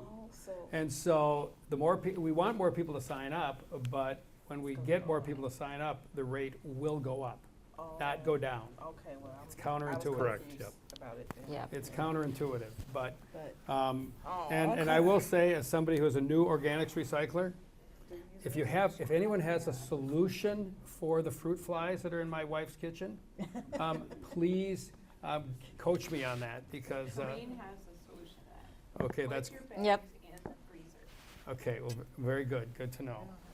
There. Anyway, so that is the challenge with organics recycling. I mean, one of the Rebecca. things that I think is also, this isn't maybe a solution for everyone, but for somebody who doesn't want more, you can bring it to, I've been just bringing it to Public Works because then I don't have to deal with the bin. You can stop and see Will. Yeah, every time, but no, so that's something that we could promote in a way to get people to do it without kind of driving the cost up, really. Yeah. You don't have room for the bin? No problem, just bring yours. Bring it in. Public Works.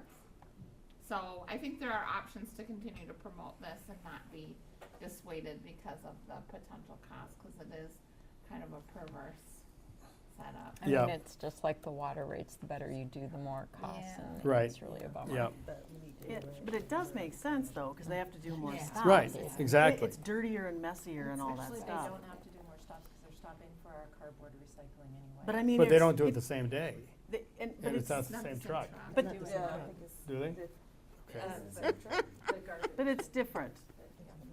It's a different, Anyway, we're still working out the kinks. Anything else? I Any- support the proposed recycling rates, Yep. public hearing notice. So, how about on the public hearing? I think doing the public hearing, as you've indicated, makes sense. We don't have much choice. Any concerns about the public hearing? I think we should Hearing just none, bring we'll it move on on. the public with Thank you very no much. I think that is explanation. all I have. I will kick it over to Sarissa's next on that one, I think. Actually, I got it. Oh, no, I think we got.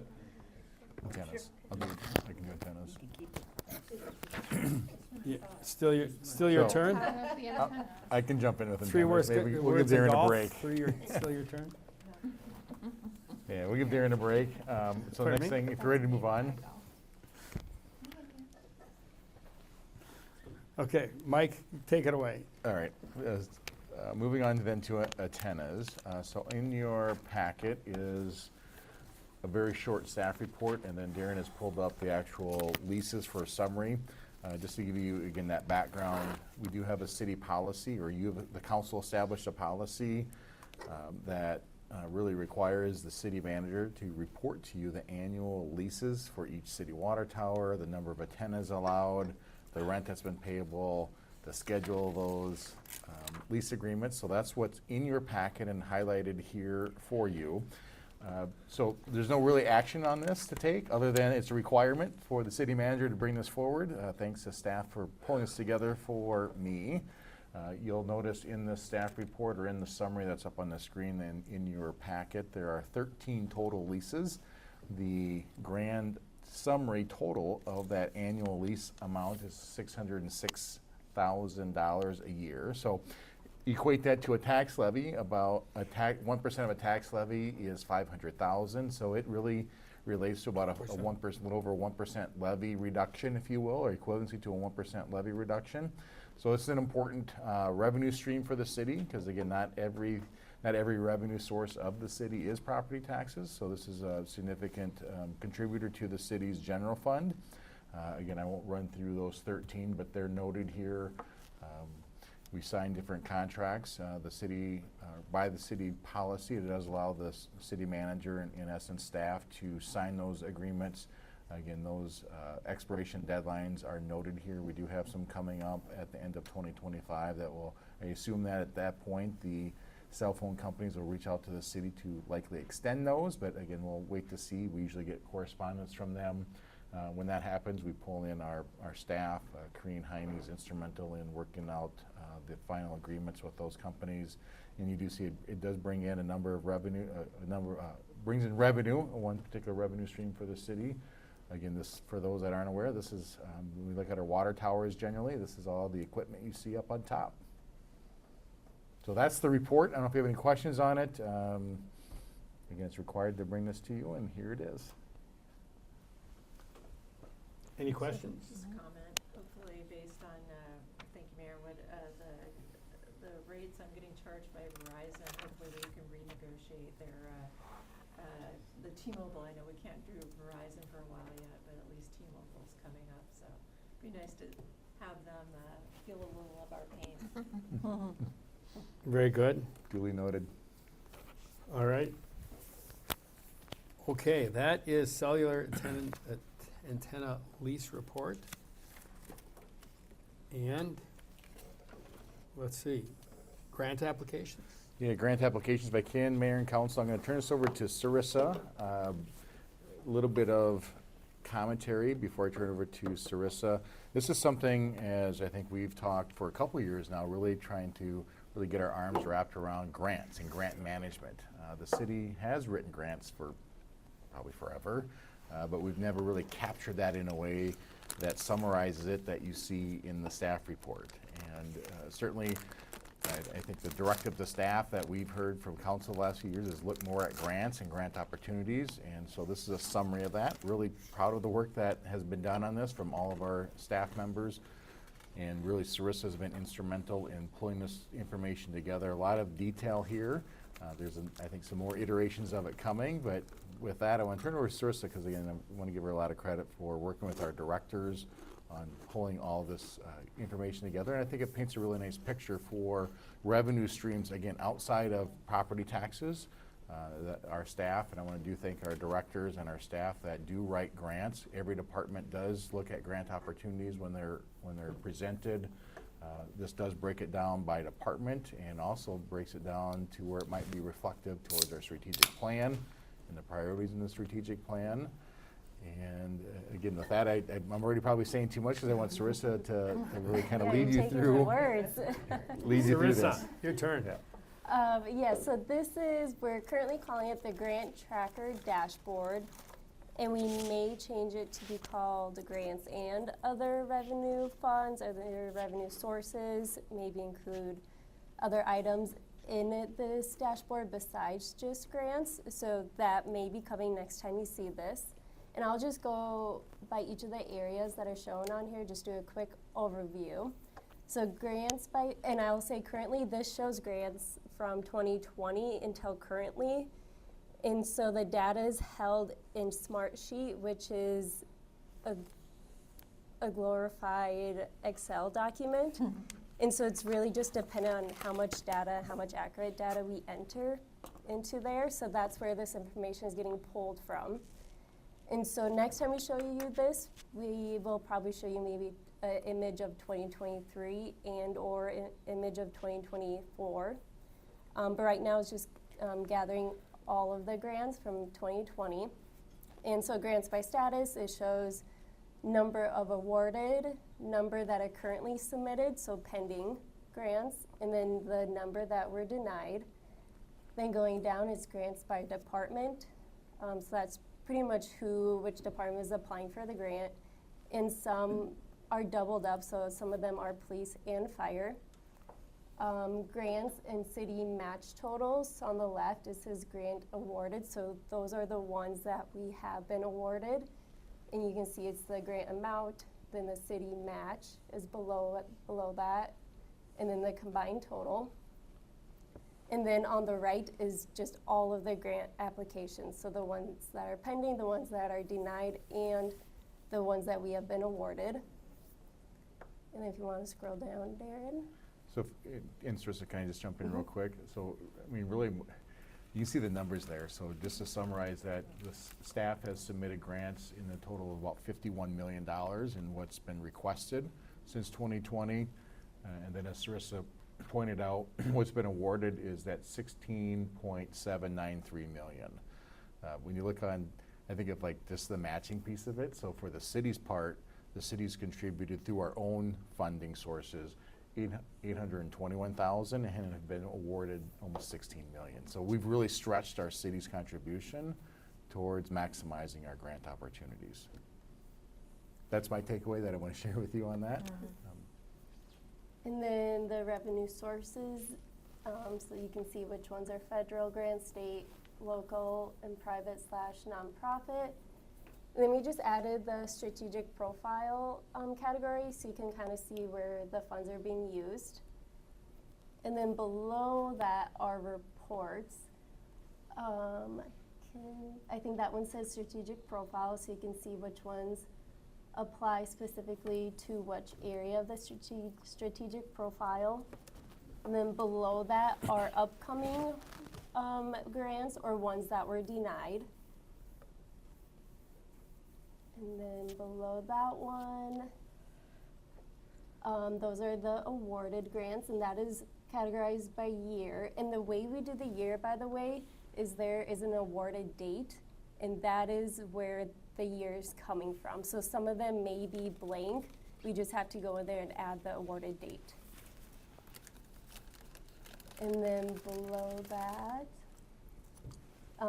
this one may not be the most relevant to council, but this is active and closed, so which funds are we currently utilizing, and then which ones are closed. We just added this column, so that's why the numbers seem pretty low, because not every grant has, or not every individual has entered that column in for their grant. And then I think, Darren, if you want to go to the top, those quick links probably don't work for you. I think I'm going to get those removed because those bring you to inside the Smartsheet system, which you don't have access to. yeah, it brings you to the login screen. So I'll have those removed since those aren't relevant. So my request from you would be if there's something you want to see on this dashboard, please send it to Mike and I will see if I can add it. But that's all I wanted to share with you. I don't know what the next steps are. I don't know if we'll bring this to you quarterly, or I'm not sure what Mike is thinking on that piece of it. I think so tonight is part of our budget conversation when they just show this to you, give you an update on really our grant activity, because I think even for all of us is really understanding what that has looked like has been helpful for at least me, and I think I see see your reactions too, that I think you'll find this beneficial as you talk to residents too, and be able to share that we are writing grants, we are active with writing grants, and again, a big credit to all of our directors and our staff for writing these. We seek them out, and we're looking for revenue sources just outside, again, property taxes. The other thing worth noting on grant writing, we do a lot of it ourselves, so each department looks at grant opportunities, and so I know, Council, you're exposed to grant opportunities when you go to conferences. We're aware of that. Our staff gets exposed to different grant opportunities when they go to conferences and sessions as well, so we're exposed to, I think, to a lot of the same grants that are out there. And our directors, again, have been very proactive in seeking out those grants, write many of them ourselves, but there are times we do hire outside consultants to help us with those. I think one example would be like with the SAFER grant with the fire department. We have hired outside help to obtain those. And I think there are some cities that have hired full-time grant writers. You can see perhaps it does pay for itself in that essence. But we're able to, again, obtain this without having hiring really full-time staff. But I think our model right now works pretty well in the sense of staff writing grants that we think we are able to get. And then if it's big grants or big writing exercises, we certainly we'll pull in experts and pay for that to give ourselves that best chance of getting that award. So really no direction needed from you tonight, but certainly I think we want to show this to you, show you where we're at. We're going to continue to refine it, look to break it down year to year, and this will be part of ongoing budget presentation. So as we get into 2025, sorry, I don't need to skip a year. If we getting old enough already, I don't need to write myself off another year, but as we look into 2025 for the 2026 budget, this will be part of that ongoing conversation during budget time. Council, any comments? Kimberly? Yeah, so as Mike was mentioning, I've mentioned to him a few times about the possibility of hiring a full-time grant writer, and I'm familiar with some cities that have done that, and the position pays for itself, etc. So it would just be interesting to know if it, and I don't want to make a bunch more work for people, but it would be interesting to know how much staff time is going into writing these grants, and if different departments feel like it's working the way it is, or if it would be more helpful to take that off their plate, sort of a thing. Paula? As somebody who's written a fair number of grants in my time, I appreciate all the work that staff does to get those, because I know how much goes into them. So I kind of, in some ways. Do you have a? I have one on. Oh, where'd it go? Fell off. Oh, shoot. That's why. Okay. There it is. There it is. It fell down. So I appreciate that. I just also know that it's a fair amount of work to do that, and I just lost my train of thought. And so, having a grant writer, there's that balance between having the expertise, the professional expertise to be able to write those grants well, versus having a grant writer who isn't as steeped in your professional expertise. So I understand that, but at the same time, there can be a lot of grunt work and grant writing that can be done by grant writers or a grant manager who can help with that. So reflecting on that, I think you guys have a handle on that. But so just understanding that the expertise that is required to write one of these effectively is great, but there may be something to think about in the future as the number of these goes up. And thanks. There's also a certain amount of subject matter knowledge, which is why sometimes having people in department writing the grants, there's a difference between being good at grant writing and understanding the kind of work that you're applying for the grant. And that's what I'm talking about. So you have, we I just. think we're in violent agreement. That's Huh? I think we're in Yeah, violent yeah, agreement. yeah. So, yeah. So. Yeah. And I would just say that we just established a small grant division in my department at work. It's just 3 people for the city of St. Paul because the preponderance of grants are written in department. But it does take a fair amount of coordination, and one of the reasons is just to make sure that there aren't duplicative efforts going on in different departments. So to that end, I just want to hail the incredible work that Sarissa did, just compiling the information and having it look so beautiful. We've used Smart Sheets at work for various things, especially during COVID, to keep track of some really complex things that are going on enterprise-wide. So I just want to compliment you on this beautiful work, and I just want to compliment staff because this represents untold hours of a lot of work, in addition to some consultants I know that we may have hired for some of this. And I really hope that some of those public safety grants that we have been re-upping every year start working their magic, because that would be so helpful to our bottom line and also just to our public safety efforts. But this is just a thing of beauty, and it almost made me cry because it just is, it's just Don't cry, Deb. a lot of work. And the other thing Hail is, Sarissa, when you're I now watched the Sarissa grant go manager. through, when I saw Sarissa go through the tables, I was like, well, she's able to scroll through, multiple lines, and so like right now it's hard for me to do it, but it helped me figure out how to I'm finding the updates in iLegislate not easy to use, but watching you do that, I figured out how to access all the lines. So thank you. Darren's doing it. All right, good job, Darren. Just a quick comment, in the interest of moving on. The thing I like is I kind of look at applied for and granted. Yep.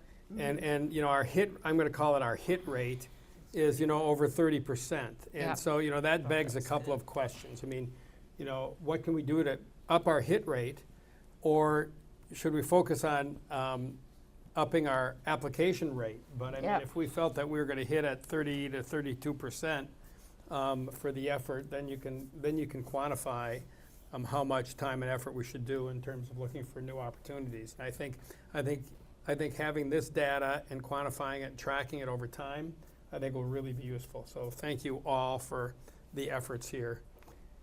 And if Not there's just hit rate, but what kind of grants are we hitting and not hitting? Is there a right, trend? yeah, no, I mean, it provides the analytical tools to assess what we're doing This and is super fantastic. focus our efforts. Sarissa, you're now the grant manager czar. Yes, that's right. Okay, so anything else on this, or we'll move on, Mike? Yeah, just two quick things, and I know it's and since of the time here, and we have a big presentation coming. We're not big presentation, a streamlined presentation and a topic to talk about with rental registry. So we want to get to that and make sure we have time for that. Just two quick things, then Mayor and Council. Paul, I just lost my train of thought. It was just one quick thing, you mean? It was one quick thing. I'm sorry. It's okay. We can circle back. Grants. I'll come back to grants, but I do want to, before we let some of our directors go here with the budget conversation, appreciate the last hour and a half or more with the budget. One thing about the general fund that I was remiss in just giving you an update on with the general fund, and I'm looking at Chief Borboom and Deputy Chief Tate just as it relates to the police department. With When it comes to staffing levels, you know, you as a, you adopt a budget, and, you know, Kimberly mentioned that earlier, you adopt a budget, and then we as staff manage that. And so when we look at our police department budget, we have licensed officers, we have a head count that we have in the police department. And as Chief Warboom has analyzed where we at with head count, we have openings, and we're looking to fulfill those openings. And we look at what openings we have today and the timing of getting those positions filled. We do have some excess dollars in the police department, just in that gap between what's budgeted and getting those completely filled. What we're looking to do is not in essence higher ad body count, but looking at a specific need in the police department. That's with the public information officer, like a PIO.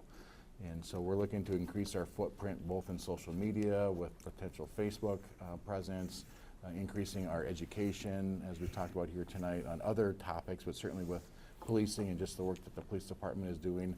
Looking to utilize some of those funds that are in our police department budget to bring on a PIO that would assist with the police department messaging, really under the umbrella of our communications department. So I just want to give you that heads up that we'll be looking to bring on additional assistance with utilizing police funds, not necessarily for a police officer today, but bridging kind of that financial gap. And then we'll look more into 2026 on funding for that position long term. Very good. Thank So you. just more of a heads up on that front. Council, any questions or anything? Corinne, did you have something? Okay. All right. If I think my second thing, I'll bring it up later, but Okay. let's move on. Okay, I was Kizzy, I'm gonna sorry. ask, can we take a break We can take a break. Would you like to do it right now? once you're No, we're wrapping good. up the We're good. last- We're good. We'll wrap. Let's take a break, and then we'll come back, and I've got 8:22. We'll come and get finished. Yes. All right, Miranda, are we on? All right, so this takes us to item 2B, the rental registry update. Mike, I don't know if you have anything, or Julie? We'll just go right to Julie. Julie, right to you. Thank you And very your team. much. Appreciate it. We do have about 15 minutes of slides to show you. We have Kendall Larson, if you're not familiar with who Kendall is. She's the housing coordinator. She's been with, when did you start? I don't even remember. September 2022, so 22, over okay. 2 years. A year, Yes. a year and a half. Year and a half. And, well, no, 2 years. It'd be 2 years. 2 years, exactly. And in that time, Kendall's been working on a lot of things, one of which is rental registry. So I thought, instead of hearing from me, because you hear from me all the time, maybe you could hear from somebody who's really on the ground doing the work. I do want to remind the council the whole reason I think you set up rental registry in the first place. I think there were 3 primary reasons. One had to do with public safety, understanding how many rental units you have in the city, understanding how we interact with them as a city. I would say also you had concerns about tenants and making sure they're taken care of and that they have a place to call when there are issues and problems and things they need handled. And then thirdly, I think your intention was to be able to communicate with people in a much more easy fashion, and making sure you understood who owns these rental units in the city was of importance. And that's from a number of fronts, everything from public safety to enforcement issues to just general correspondence we've been sending to rental housing, either landlords or property owners, has been really helpful as we've started this program. So with that, I'll turn it over to Kendall. I might sprinkle some things in. We decided to play a game. You have to name the picture, right? Where you are on those pictures on the side. You can guess. Hopefully that, wait, are you guessing? Anybody? Well, Check mark. Good job, Mayor. the right side, many of you have been there. The Opus area, I don't know the name of the. You were there, Kizzy. Yeah, I know. Yeah. I know the development. I don't know the name of it though. The Alcott. There. There it is. Alcott. The Alcott Yep. is the top one. The bottom one. I don't remember is- those are the ones I remember the design because I loved it. Cedar Okay, if it Lake, takes you this long, Cedar- we're not playing anymore. Cedar Townhomes. Thank you. Yeah. Good. All right. Cedar Ridge. Cedar Ridge on the bottom. Okay, kick it off. Awesome. Okay. So, going with that, Over the past 7 years, staff has had multiple updates to council regarding rental housing in general.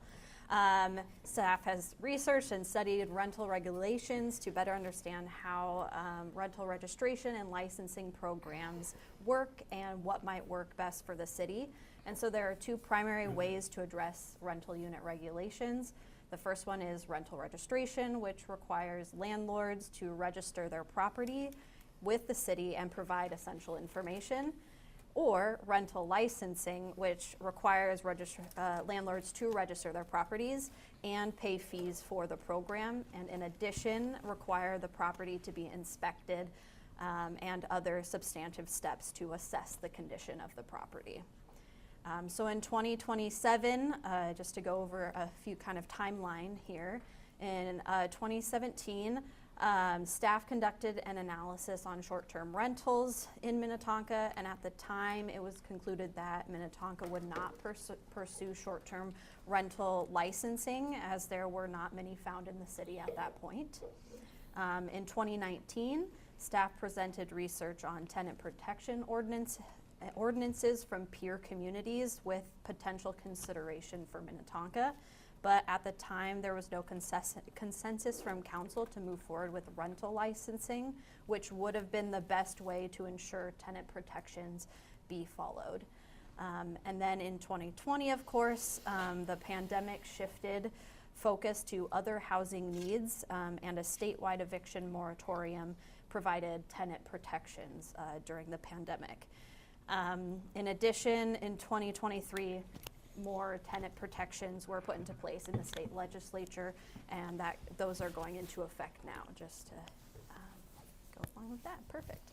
And we are at what building here? Yes. It's on the shady oak. Oh, Oh, we that's were the just oldest there. one, the- Yeah. the- You said it before. Oh, The station. Yeah, Station. Minnetonka Yes. Station. Mm-hmm. So in 2023, continuing on with the background, staff presented some more in-depth research on pros and cons to rental licensing and rental registration. Staff presented findings to the council in July of 2023 during a study session with the recommendation to start with rental registration as a way to gain a more comprehensive review of the rental market, to increase the city's communication with property managers and owners, and collect necessary data to support our various departments like police and fire and community development to stay updated regarding contact information in the rental properties across the city. So in December, council supported the creation of the rental registration ordinance, and on February 3rd of 2024, the ordinance went into effect. I'll also note here that the rental ordinance allowed rental owners and property managers 1 year from the effective date to get into compliance with their rental properties. So we're kind of still in that compliance period now. Nobody's in trouble yet. No one's in trouble yet, of course. So looking kind of at a program review for the last 8 months that the program has been in effect, the city has received 323 registrations, 289 are individual units, and 36 are multifamily buildings. You can kind of see the unit breakdown there in the graph between the different type of units. We have apartments, condos, townhomes, single family, and then a unit within a single family home. And of course, apartments are the largest, but you can see that breakdown there. Also, when we're looking at the difference between short-term and long-term rentals, most of the rentals on the registry are long-term rentals, which means the unit is being rented for more than 30 consecutive days. There are currently 6 short-term rentals that are registered with the city, and staff has looked at Vrbo and Airbnb and trying to get a sense of what those numbers are compared to what's registered, and we've been finding anywhere between like 17 and 13 rentals depending on the time of year. But of course this number may fluctuate for a variety of reasons. One of them is time of year, and so we don't maybe have a full picture of what that might be. Are you done with this one? Let's see, no, I'm not yet. Okay. Looking at terms of potential rentals, so approximately 12% of Minnetonka's non-multifamily properties are listed as non-homesteaded. While this non-homesteaded mark doesn't necessarily indicate that the property is, of course, a rental, it's a good start for us to look at that. And so we know that understanding how many potential rentals can be difficult, but the duplicate address analysis done by Utility Billing for us indicated that there were 280 potential rentals. And as shown in the graph, 146 single-family rentals are registered in the city, which is a little over 50% of that 280 number. So we're not fully to that 280 number yet, but again, staff continues to monitor non-homesteaded properties for potential rentals. Looking at registration challenges in these last 8 months, overall staff, we haven't had very many challenges with the program so far, which has been good. The only place that we see for improvement is really getting the rest of our multifamily buildings registered. So that's been the hardest so far. So we're working right now, which is surprising because we have their contact info and we know that they are rental properties. But just getting those managers to register the property. So we're working right now to get the 28 buildings that haven't registered, getting those into compliance by the end of the year. So again, to give you perspective on how many units that is, so we hover around 9,000 rental units, so you've got about 5,300 of those that are in the registry now. So that's quite a few units. So we're a little perplexed. Perplexed would be a good I'm word. not going to say irritated yet. If it gets past a year, then we might get irritated, but we'll get them on board. I have no doubt. Exactly.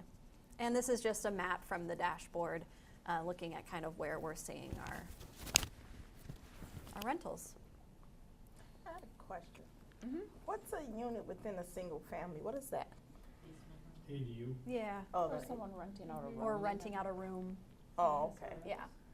Or part of a house or Right. like floor. Okay. I have another question that is, so, you know, you're perplexed. You're not irritated yet. Not yet. But Soon to be irritated. yes. And so my question is, I mean, you sort of know, in this particular case, like who we're talking about that hasn't done it. And so what are you doing? I mean, what's the approach now that it's sort of getting to be go time? Well, we spend a lot of time on the phones with these organizations. I would say a lot of it has to do with just this churn of property managers. They just, I have never, it is insane how much turnover happens. Yeah. One day you'll be talking to someone and the next day they're not there and their email will bounce back. So that's a pretty concerning too. But it is a function of the industry. Absolutely, we've always had this happen. Hence why we wanted the registry, so that there was a way to check in with these people. But it is a constant catch up. Who's in charge? That person knew that left. The person now that took over didn't finish the paperwork. Whatever the case is. So that happens pretty regularly. I would say that's number one. Yeah. Do you have any other thoughts on why else they might be? They put it on the back burner. Yeah. It's just not. Doesn't seem. They to have They're a year to get into procrastinators. compliance, so you know that might play. They'll do it when they have to. Deadlines mean things to certain types of people. And that Yeah. means the day before it's due, you do it. Well, Yeah, that's true. it's It's not due procrastination. until February. But I mean, like, Yeah, if you give me a due date, I'm going to do it by the due date. Yeah. What's the That can- process? Like, is it a form? Yeah, we'll show you in a minute here. Hold on. 'Cause it's There can't we be that go. hard. Bing. There's the part of the form. You asked. Here we are. Here we are. Yeah. So our form is pretty simple, in my opinion. Form from Survey 123, and it just asks for kind of basic information of address of the property, name of the applicant, and then also name of the property manager, if it's also name of the owner, and then listing contact information for owner and management. And then there's a few other things that they can do that are optional. They can put in information regarding what their rents are So that's an optional item. People don't have to put that in there, but most people have been generous and done that And we like optional that. fee. And we like that because Yeah. we like to see where all of our rents are sitting at. We know what most of our rents are for the multifamily buildings, but looking to see what different single-family homes are doing for renting, and the condos and all of that are Like we good to just did see. it with Yep. HIA the other night, Yep. when you were looking at the rental information, that Mhm. was from this database, Yes. so that Yeah. was helpful. Yeah. But it's not like you need to log in, you don't Nope. need to sign in, there's not some password jail you get into, it's. It is Pretty hosted straightforward. on our website, it's Yep. not like you go to a different portal or something, so Yeah. it's pretty simplistic. Yes. Yeah. Yeah. But we've had some feedback. Yes. So continuing on, we've received some feedback from participating applicants regarding the intake form. And so we have added a month-to-month lease option because that wasn't in there before. We updated the acknowledgement section on the bottom that they acknowledge what they are providing as accurate information, and just to have that be more clear for everyone. And then also updating the thank you page after they submit the submission page to clarify the timeline when certificates would be sent to them. I received a lot of emails and a lot of phone calls after people registered thinking that they were going to immediately get their certificate because the thank you page was not clear enough about what that timeline looked like. So that has helped people on their end and also me not getting as many phone calls about it. So those are just a few of the items. And then in addition, we're looking, because we're kind of hitting that first year of renewals that'll be happening, we're looking to make some changes on how that'll be done. We have been doing with new registrations, which they all have been, with receiving a printed and mailed certificate along with a letter explaining the registration ordinance. And we will continue to do that for new registrations, but for annual renewal registrations, we're going to send digital copies now that they'll be going into the next year. In addition, there was a change in state legislation that stated that state group homes with 6 or fewer residents are no longer required to register for rental licenses, which then for us also implies they do not have to register their property as a rental. So staff is working to update our website and our information regarding that. I have a question on that. Excuse me. So, state group homes mean licensed by the state. So, because there's a lot of group homes that are not licensed by the state. So, if they're not licensed by the state, but they're group homes with 6 or fewer residents, they can still be required to register? I'm going with no, but Corinne can correct me if I'm wrong, because it does, I don't believe the state statute says state licensed facilities. I believe it says group homes less than 6, but maybe. So maybe that bullet point should just say group homes Yeah. with 6 or fewer and be done. Yeah, so. Just clarification. Yeah, the other thing that we can't do anymore, if you didn't know this, we used to be able to do a lodging license with the group homes. We can't do that either. So Okay. there's just really no city ability to do any regulatory things with group homes. Thank you. When we're looking at complaints in rental housing, rental nuisance complaints are a small subsection of our total complaints that we receive in the city. In 2024, we received approximately 15 complaints related specifically to rental housing out of the 57 housing-related complaints. The city utilizes the 2015 International Property Maintenance Code, or the IPMC, to address complaints along with city code and other state code as well. The IPMC can address a variety of violations, but a few examples include if a property accumulates a lot of trash and garbage anywhere on the property, that can be addressed by this. If a property has a pest infestation, if a swimming pool is unsanitary and in disrepair, it's also in here as well. Another one would be cold weather regulations. The unit can't be below a certain temperature. Plumbing has to work. Yeah. All of that is covered under the property maintenance code. And in addition, staff communicates with property managers when the city receives complaints about the property. And we regularly meet with properties, especially with ongoing complaints. And I would say the folks that we've been meeting with don't feel like it's a burden. I don't ever feel like they don't want to talk to us, so that's a good sign that we have a good relationship and that they're using our information as a resource, not necessarily as being punitive. And I would say everybody that we've talked to, and it's a number of buildings that we have a regular, circuit that we go on, and we go with fire and police and community development staff, anybody who's involved in this, and we sit down and we talk about some of the things that are going, whatever issues are going on at the property. And like I said, we just have never been told that they don't want to meet or that they don't want to talk about things, so that's a good sign. I was surprised by that. I thought we would get more, we don't really want to talk to you, or because we don't really have the authority to do that, but we're doing it as an outreach, so that's been successful. And I think in addition, we've also been able to go on site, and there hasn't been a lot of pushback to have these meetings on site at those properties, which has been helpful for us when we're going to talk about complaints, being able to see some of the issues. Condition of the property. condition of the property and be on site, so that has been helpful as well. Looking at, part of the registration kind of program was to provide better communication with both landlords and tenants in the city.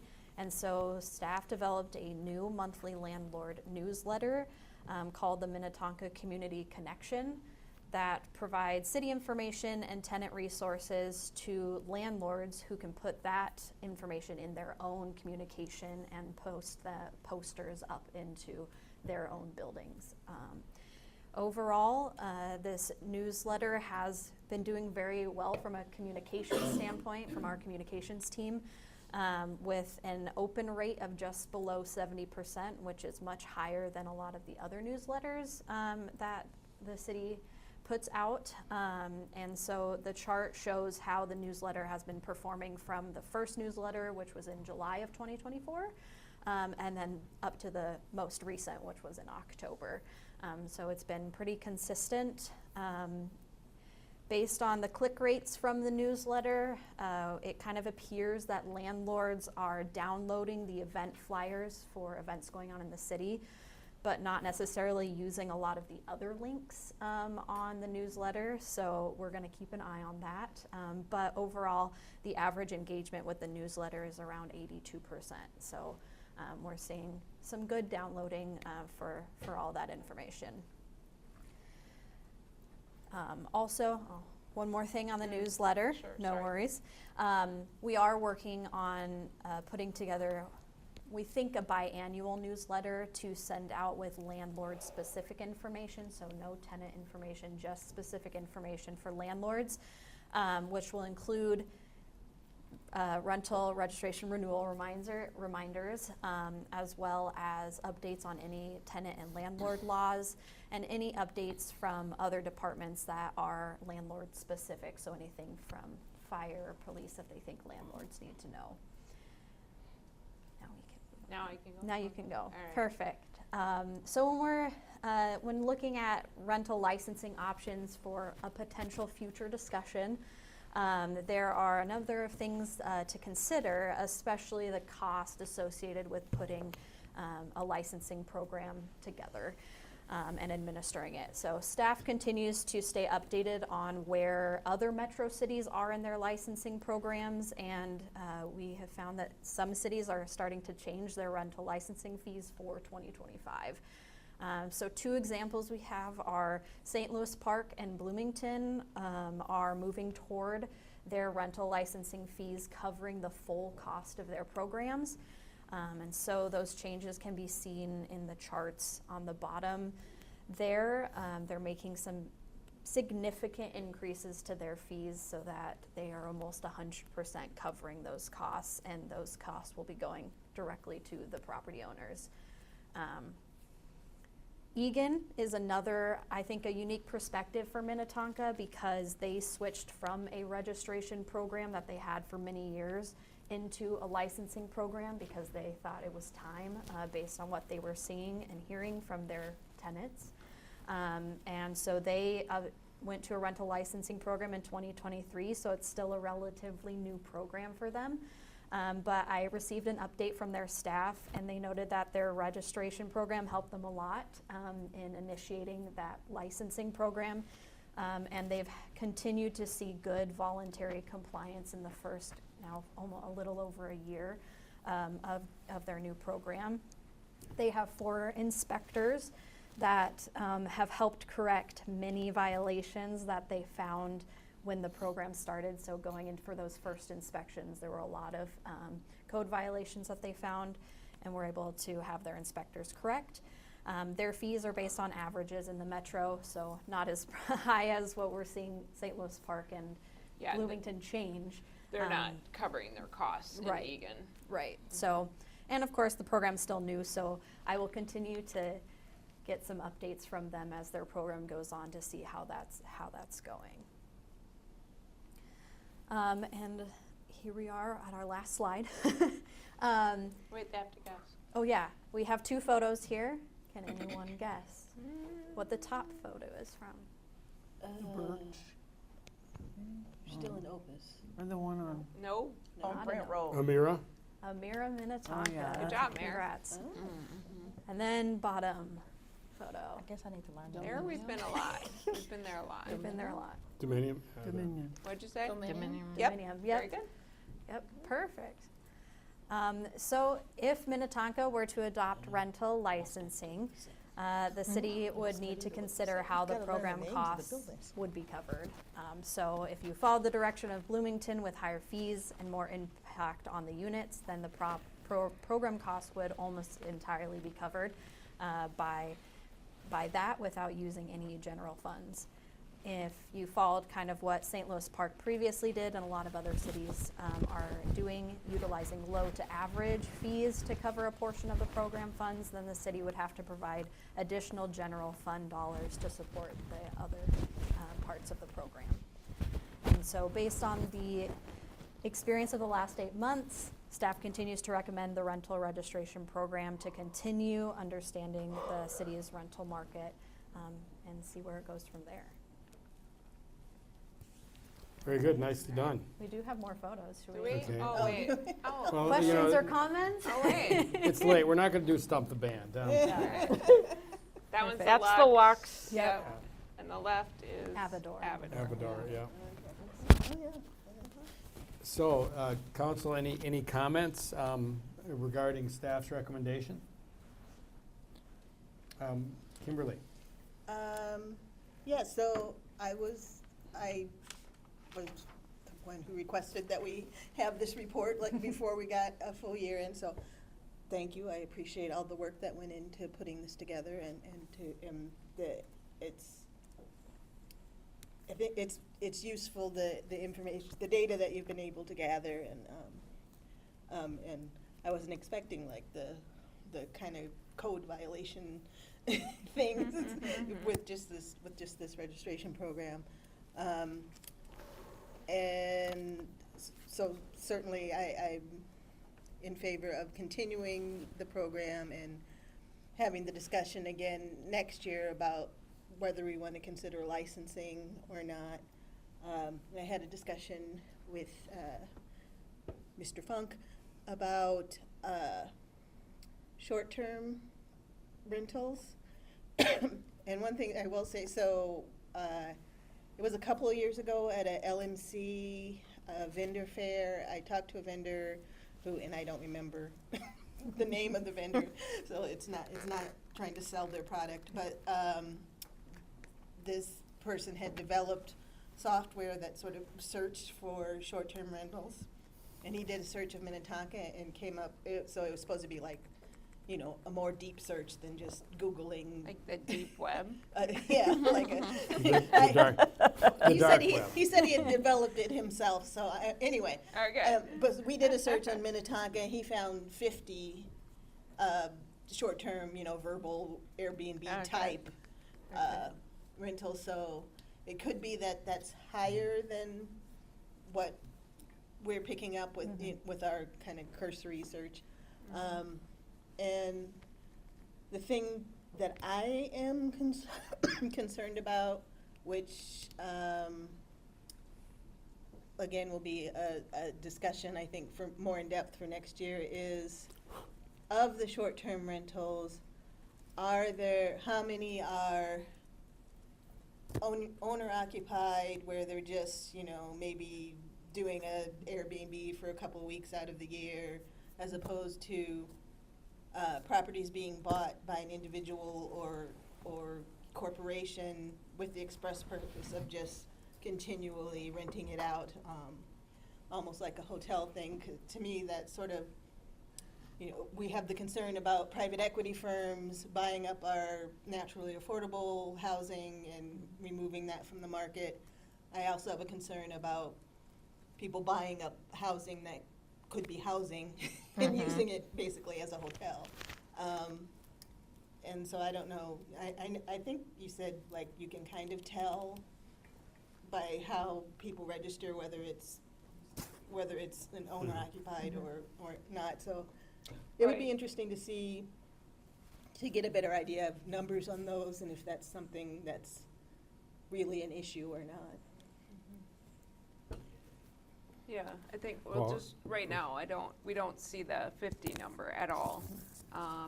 And even when we cross-reference, and how we do this is we look at utility bills and we look at what's non-homestead and we try to get actually we're pretty close. I mean, I'm actually amazed how many registered homes we have and then how many of them were identified by that process. So I feel pretty good about the numbers. I don't think short-term is a big phenomena here.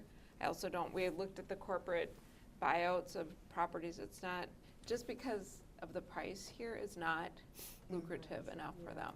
The price is too high for them to be interested. I'm not saying it doesn't happen. Right, yeah. It's just not to the extent maybe that people think it's happening in Minnetonka, but that's just our initial thoughts. I will think about that more as we progress. Sorry, Paula. Paula, go ahead. Follow-on comment to that, just anecdotally, what I'm hearing more is, I'm not as worried about corporate for the reason that you're saying, but people who will buy 1, 2, or 3 single individuals doing that, I think that's probably happening more than we think. So, but I wanted to actually follow up on a question you were talking about, Egan Kendall. Yeah. And just how when they transitioned from the registry to the licensing, the fact that they did find a lot of code violations and things like that. Are you feeling that kind of with the registry at this point and the way you conducted outreach, that maybe that wouldn't be the case so much here, that you're really able to kind of get a sense of that more? I'm just kind of, you know, curious. I get it that right now we don't seem to have a big problem with that. I don't know if Egan felt like they were the same thing. Oh, we're not really having that much of a problem, but they went to licensing. Well, I don't know how active their fire inspections were. We have really active fire inspections already on those buildings, and so maybe that's a clarification we can get from them to figure out why were they having all these violations, because a fire safety inspection should have maybe prevented that from happening. So I don't know exactly what they were dealing with. The main item that was sent to me that was like a lot of the violation was that people just had their smoke detectors. Like it was a lot of like smoke detectors. Which we would check would check in a fire inspection, but that might have been in single family homes and they just hadn't kept their smoke detectors, or they needed to be replaced or whatever. So it wasn't probably significant. That wasn't indicated in her email, but I can definitely we can check on that. But yeah, she said that most of the code violation was related to smoke detectors. So can I ask, is that Nancy? other than, you know, when you license something, when you license an apartment or a rental unit, as opposed to registering it, the city has more control over the thing, or, I mean, like, what are the significant advantages? Yeah, well, and that's always something that I've had scratched a little bit about, because I don't know if cities don't utilize like the property maintenance code, or I don't know why that for so long people just think they can't do anything about anything. So like, let's say we have a short-term VRBO and it's driving everybody crazy because they have too many cars, they have too much going on, noise, nuisance, whatever. We can do stuff about that. That's already on the books. There's regulation about it. If someone has mold in their apartment, they don't have working fire alarms, we can do something about that. So I'm always like, I don't know. Licensing, the only thing about licensing that might be a little bit different is that you have that annual check-in that's required by law. Right now, we're checking with properties that we see need some help and some attention, and people we hear from a little bit more than other buildings. So I think that's the structure of the licensing might be a little bit different. But as far as what issues there are, can all be taken care of under city code today.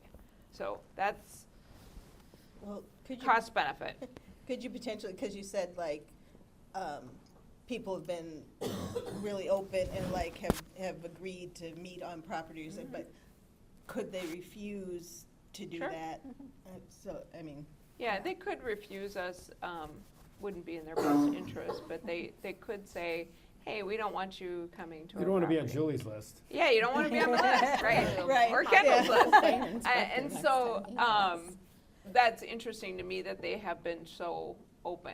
I was expecting more pushback from meeting on site, and kind of every time we're at a property, we ask to be toured around and shown different parts of the property. We don't just go and sit in a meeting. We actually ask to go on campus and look around. And so that's kind of enlightening. Yes. And we get information. And then when we have the fire department there too, they share with them what's their last inspection. They had these things, and this is what, they were required to fix. And then, they go back. I think it's every other year the fire goes to the larger apartments. So, sorry. No, go ahead, Patsy. So, like Egan, Yes. they decided that they were going to switch from registering to licensing, and part of it was because their information wasn't up to date. Wasn't Yeah, they? that is why they were So, doing it. and so, they switched because of that. I mean, Well, I think just to be more formal about it, how often are they getting out to properties? And if they didn't have a very active fire safety program, that's possibly why they did it. If they didn't have enough firefighters to go and inspect these buildings, that could have been they didn't have enough staffing to keep up with some of the preventative stuff. That could have been part of it. But what's interesting to me at Egan and why we like to pay attention to it, they have about the same amount of rental in their community. I don't know about the age of it, but it is a little bit similar in terms of geography, amount of units, that sort of. So we're keeping tabs on them a little bit closer. so, sorry, I just have one more. Like, do you think that eventually that's where we're going, is licensing? I always get the vibe from the council that's where they went ahead. But Yeah. is there? But It's up to That's us. a council But you decision. never, I we know. never quite get consensus to just do it because of the cost. I think before we had seen some of these newer per unit numbers that they're charging rental licensing, it was costing each of those cities either $300,000 to $400,000 a year out of their general fund to do the program. That's why most cities that don't have it didn't do it, because it was too expensive. Right. Now that it's a philosophy question, then they, raise the rates so much that they can then afford the program, but then who does that land Right, on? the renters. Well, the renters The pay, renters- the renters pay for the program, Yeah, and so then right. it becomes kind of a Sure. self-defeating Sure, they, right. process. Right. But, Is your Yeah, so the cities, basically, it was a financial question, and that's what it's always been for this council. It's been, can we get what we need out of the existing you know, Is the juice laws. worth the squeeze? Yeah. Right. I mean, I think I would weigh in on that. I mean, great, pass the expense along. I'm very sensitive to the residents are still paying for this, one way or another, no matter how you slice it, right? And that is a concern for me. And what I haven't heard anecdotally from cities that have it, from individuals that have been kind of pushing us to go in that direction, from staff, is what value can we bring? What problem are we trying to solve for here in Minnetonka? I think the registry is great. I'm not convinced that there's a problem that would be made better through a licensure program.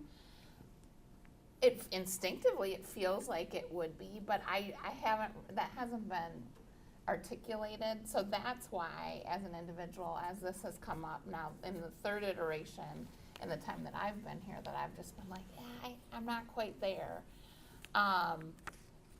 Two quick things and I'll stop, but this map is really illustrative. I would have not envisioned it in this spread out in this way. You know, I hear think there's people, pockets. yes, people say, oh, my neighborhood has the disproportionate share of the rentals, and you can see that it really is spread out, and there's appears to be some very high-end rentals too, from the looks of it. So, you know, that's interesting. I also suspect if the fire I mean, I'm gonna speculate, you don't have to necessarily answer to this, but if there's a fire inspection going on and there's something else going on in that building, that staff will hear about that. Absolutely. And if there's somebody who has to ride along on that fire inspection to get access to the building, that could potentially happen. So, I mean, those are some safety mechanisms that, with our competent staff, that we're really layering in that may not be captured in other cities. Yeah, I would say that behind the curtain, you will have a fire inspector tell us, hey, there's something we need to pay attention to over here. Or, hey, police department is really good about this. We're getting a few too many calls for service about one particular issue over at this building, and we need to work through it with the property managers.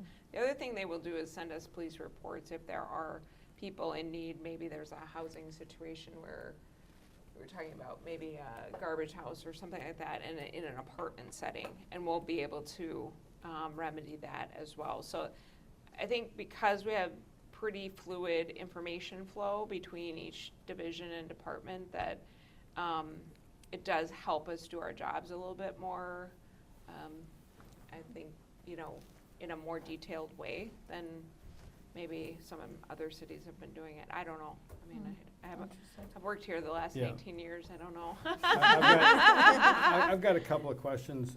One is, okay, we've got all these apartment buildings signed up, and we have all these apartment buildings not signed up.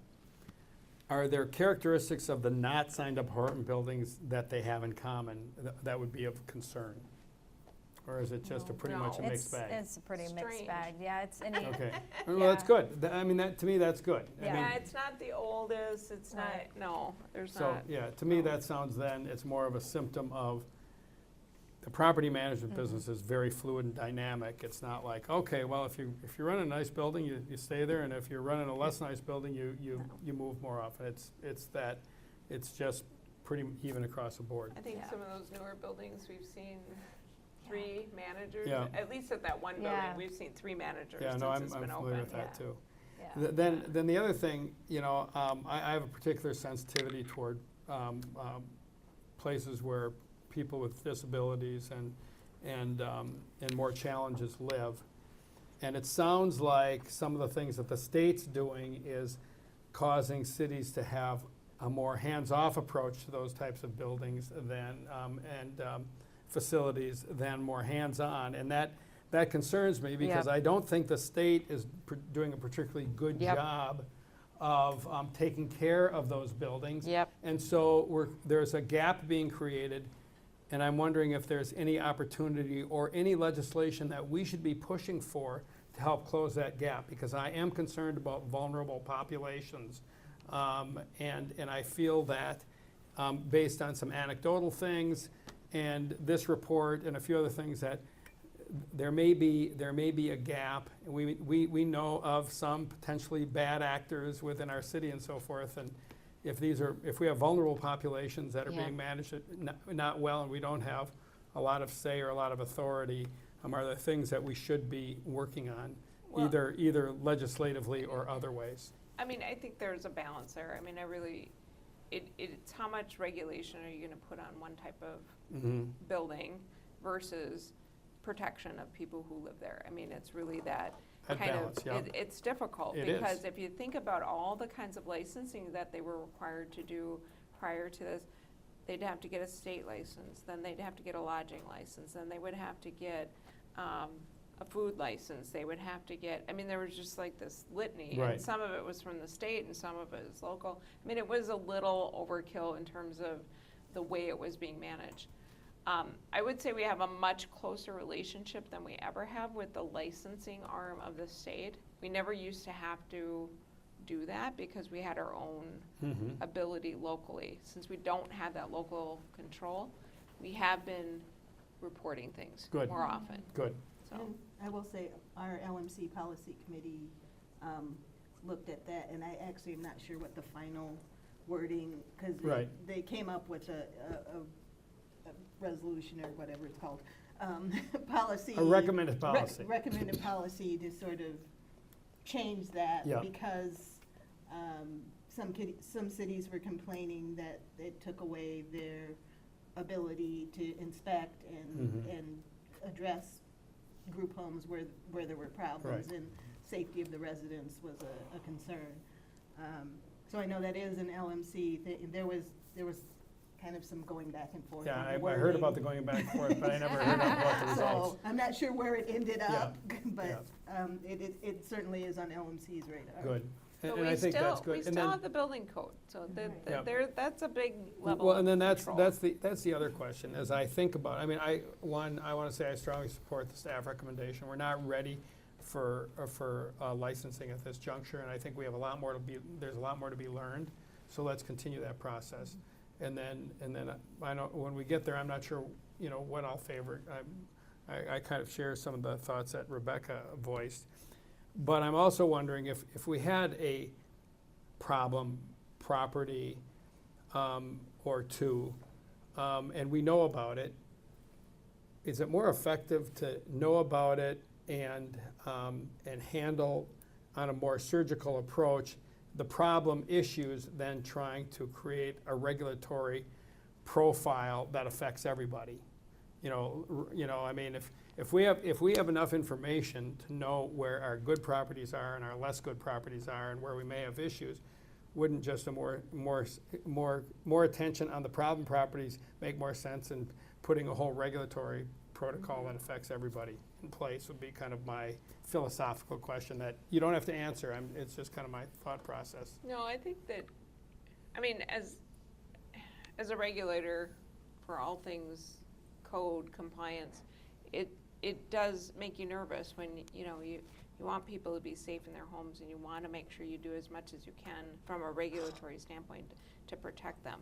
I think we do have those standards, though, in place, and we're able to deal with some of those things on a case-by-case basis. So I feel pretty confident in that. I would say about Good. 99%, but there's always that 1% I have in the back of my mind.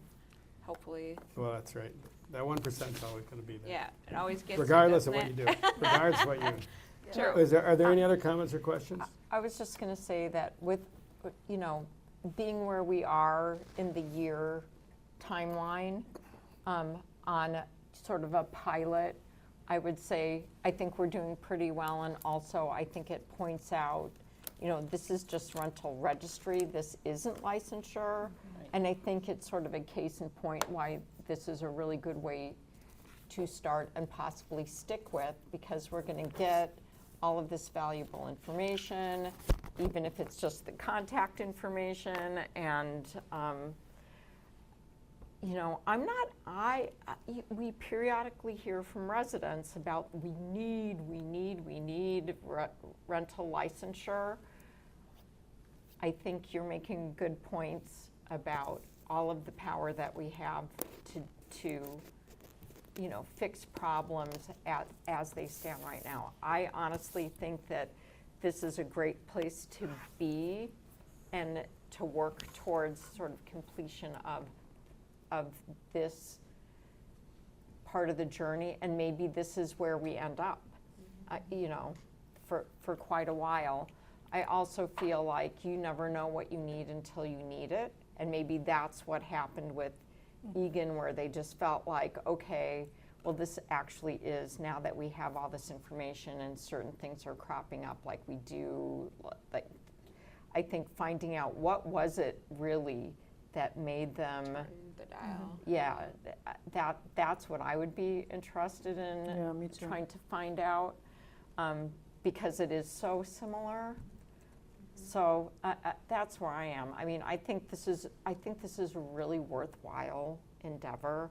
The other part of it is, you know, if it's really a lot of work for our staff, and we need to somehow recoup the staff time costs for that, is that what, you know, like it was as much work as a licensure program, and they're like, well, we better start charging because we're paying for all of this work to be done. It's really the same amount of work as a licensure program. If that's what it is, that's really why I sort of want to know sort of what The scales. yeah. Yeah. Yeah. But I think this, I fully support where we are right now, long story short, and All this right. is great work. Thank you. Any dissenting opinions? Otherwise, we're going to move on. Okay. Thank you. Thank you very much. Kendall, nice job. Julie, nice job. Thank you. So next item is shared values of the Minnetonka City Council. I don't think this will be a long item, but Mike. Yeah, thank you, Mayor. And I guess, Julie, I should have asked you this earlier today before we walked in tonight. Is there, council, hear your comments tonight. We'll stick on the path of rental registry. I appreciate your comments. Is there, at this point, staff probably doesn't plan to bring anything back in 2025? Unless there's some cue that, maybe something that triggers further discussion, otherwise we're gonna continue forward. I think we'll continue to give you updates on that. Yeah, and our housing. Yeah. Part of our housing July, updates. we Yeah. do a housing, Yeah. like a housing Yeah. update, so We'll just year aim in for- review then. I got a comment about the, like, when someone make a complaint or whatever. Yeah. Can we know, like, some of that, like what kind of complaints are happening, like, in the future? Not legally. Not, true. In summary form only. You will not get real detailed information from us about what those are. We can generally categorize them, but that's about it. Otherwise, it gets too specific, then you know where it is and you know what property it is, and all of that should probably stay. All right, well. Depending on what Corinne tells me. That's, how about that? We'll go with whatever Corinne says. Okay, I'm just curious, 'cause I think that does kind of determine, to me, if we should go with the rental license. Because then, Yeah, like, some if cities it's not will getting. publish, their licensing inspection results. But that's when you have licensing. This is different when you have a complaint. No, I was just saying it could kind of play into the factor of why. Whether we need licensing or The not. licenses. Right, right. I understand. All right, moving on. Shared values of the Minnetonka City Council. Mike, who has that report? Yeah, I'll do this quickly, Mayor and Council. I'll just highlight what was in the staff report. If you recall, going back to April, we had a retreat, good 2-day seminar on that Friday, Saturday. Appreciate council and directors being present for that. As you know, in that was kind of multi-focus. The main focus was looking at retooling our strategic plan, and we've been doing that, we have been listening to directors and our team leads the last 6 study sessions as we're framing up 2025, 6, and 7, our next 3-year iteration of our strategic plan. But then also, as you know, last April we talked about council shared values, and so Dr. Jean walked walk you through that exercise, and it was referred to as our great council. And so that was in the staff report. So staff really at this point is bringing this back to you, just to refresh you with what that conversation looked like. And the timing is good in terms of the last, again, number of study sessions. We've been bringing forward to you the strategic plan. We as staff saw this as an opportunity to bring this back to you now that it's in November, to see where you want to go with this in terms of any kind of formality around it. And then depending on what we decide here tonight, what's then teeing up for then the December study session is bringing back action steps, and I'll touch on that here in a few minutes. But then really this is all setting us all up for 2025, 6, and 7. And so what's in your staff report are those shared values that you had articulated during that, during that study session. You're good. And those are noted in the staff report. So there are 13 items that were developed. Staff has packaged these in the report for you. And really what we're asking of you is there anything more formal that you want to do with it? Again, that was a good conversation you had that day. When I mentioned if there's anything formal that you want to do with it, is to formalize it, more memorialize it, either by a resolution. You do have your city council rules of procedure where it can be embedded. Again, these are kind of your culture, and we have our shared values here at the city. I look at what remaining left of staff here. Six shared values in the city, because culture's everything. I think these two, and our staff has heard me say that culture trumps strategic planning. So without, I mean, you can have all the best strategic plans in the world, all the best documents in the world, all the rest strategy laid out, but if you don't have the right culture, you're not going to get to the outcomes that you want. And so culture is important. We talk about it a lot staff-wise, and it's important to what we do at the staff level. And so I guess the question for you then, Mayor and Council, is there anything you want to do formally with this? I guess the one area where I'd see using it on your behalf is if you were to do something formally with this, let's say put in your city council rules of procedure, it'd be something that I would use during orientation. So when new council members come on board, these are your guiding principles. These are kind of your rules of engagement as you function as a council. So it'd be something staff would use with onboarding. It'd be something we would use with our in the election year, for example, next August. It's usually about August when we do a council candidate forum. And so it's just tools that we would use in explaining what your culture is here on the council. So with that, I'll just stop there and really just get direction from you if there's something you want to do more formally with this. Well, I think it's a good question, and maybe just to kind of cut to the chase. I think this is important enough that memorializing in some way makes sense. And so then the question is kind of what's the best way? And I mean, I think it belongs in our rules of procedure. I think that would be good. And if we want to even be more formal, we could do a resolution that says, we're committed to these. But I think at least in the world, what does everyone have an opinion or something to add? Kimberly? Yeah, I would agree, like, that we went through the effort to come up with Right. this list, that it should be used somewhere. I just have, and I know everyone's tired and wants to go home, but like looking at number 13, the non-political and nonpartisan, there have been issues that I didn't think should be political or partisan that others saw as political or partisan. So that one makes me a little uncomfortable. The part, making decisions free from political bias, sure. But there's just like the charge sometimes from the public is like, well, you said you wouldn't do anything political. I think some people, nonpartisan and apolitical are not the same. And so I don't know. I like just the wording of that. I'm not 100% comfortable with. Paula? Go ahead, I think Rebecca, I'm sorry.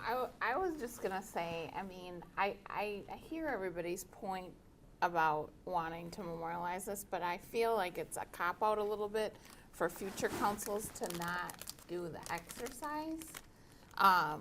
because here you operate this way. I mean, rather than having the council try to get together, I mean, I thought it was a good exercise. I think it's something that as we do work with Dr. Jean, usually on an annual basis, that engaging as a team so, you know, this is this council's shared values. Is this a council 8 years from now, their shared values? So you know, once it's kind That's a of fair point. memorialized, then there it is, and we're gonna use it for 20 years until we do it again, and then you don't do the exercise. I will also say we've got 3 people who have very long days tomorrow, so if we could all, Yeah, you know, Myself included. I'm good with that comment. Let's kick the can down the road on this one, I think. I we've- can't hear you, Mayor. I'm gonna say, let's kick the can down the road on this one, and we don't have to memorialize it now. I think we largely agree with it. And if it needs, I think if there's further conversation on any of the points that, let's get them made, and, but I don't think we have to, in the interest of time, I'm gonna say, I'm not feeling an overwhelming support for memorializing at this juncture. Well, no, but I'm sort of agnostic on it. I'm not going to die on the high hill. I will say that I think that number 13 is super important. I felt a lot. I have, as a person who is partisan in my private life, I try very hard not to bring that into the council, but I have felt since I started on the council a move towards there's sometimes a partisan feeling, and people have very strongly held beliefs, and some of that is just people's personal values, which are very, very important, and of course affect how we all make decisions. But I do think that number 13 is really important, and something that we all need to strive for personally. So I think it's an important value, and I do think that we have values that the staff follows, and I think they are revisited from time to time. I don't think that it's necessarily 20 years. And so, like I say, I'm not going to die on a high hill trying to make it, memorialize it next week or next month. But I think it's worth discussing, and maybe just not right now. I mean, I just don't think it's, a burning fire, but I think these are really important. I think it does inform culture, and culture eats strategic planning for breakfast, so. Yeah. So, does someone want to make a recommendation, or do you want to, go ahead. Yeah, thank you, Mayor. I agree. Actually, I understand the point about each council needing to kind of come to do these exercises on their own. I think it's really helpful, especially when you're onboarding, we're talking to new candidates, that people understand that we kind of set the expectation. Now, future councils may amend that or whatever, but I do also share the concern about the subjective nature of non-political and non-partisan. I agree that we come to that, but I think you get to that through the community focus. If we focus on community, I think that can be folded in without kind of separating it out so much. Although I agree with that, but I think it gets into subjectivity that's hard to do. So maybe that's just done another way. So I don't. Also not dying on that hill that it has to be done in the decision made tonight.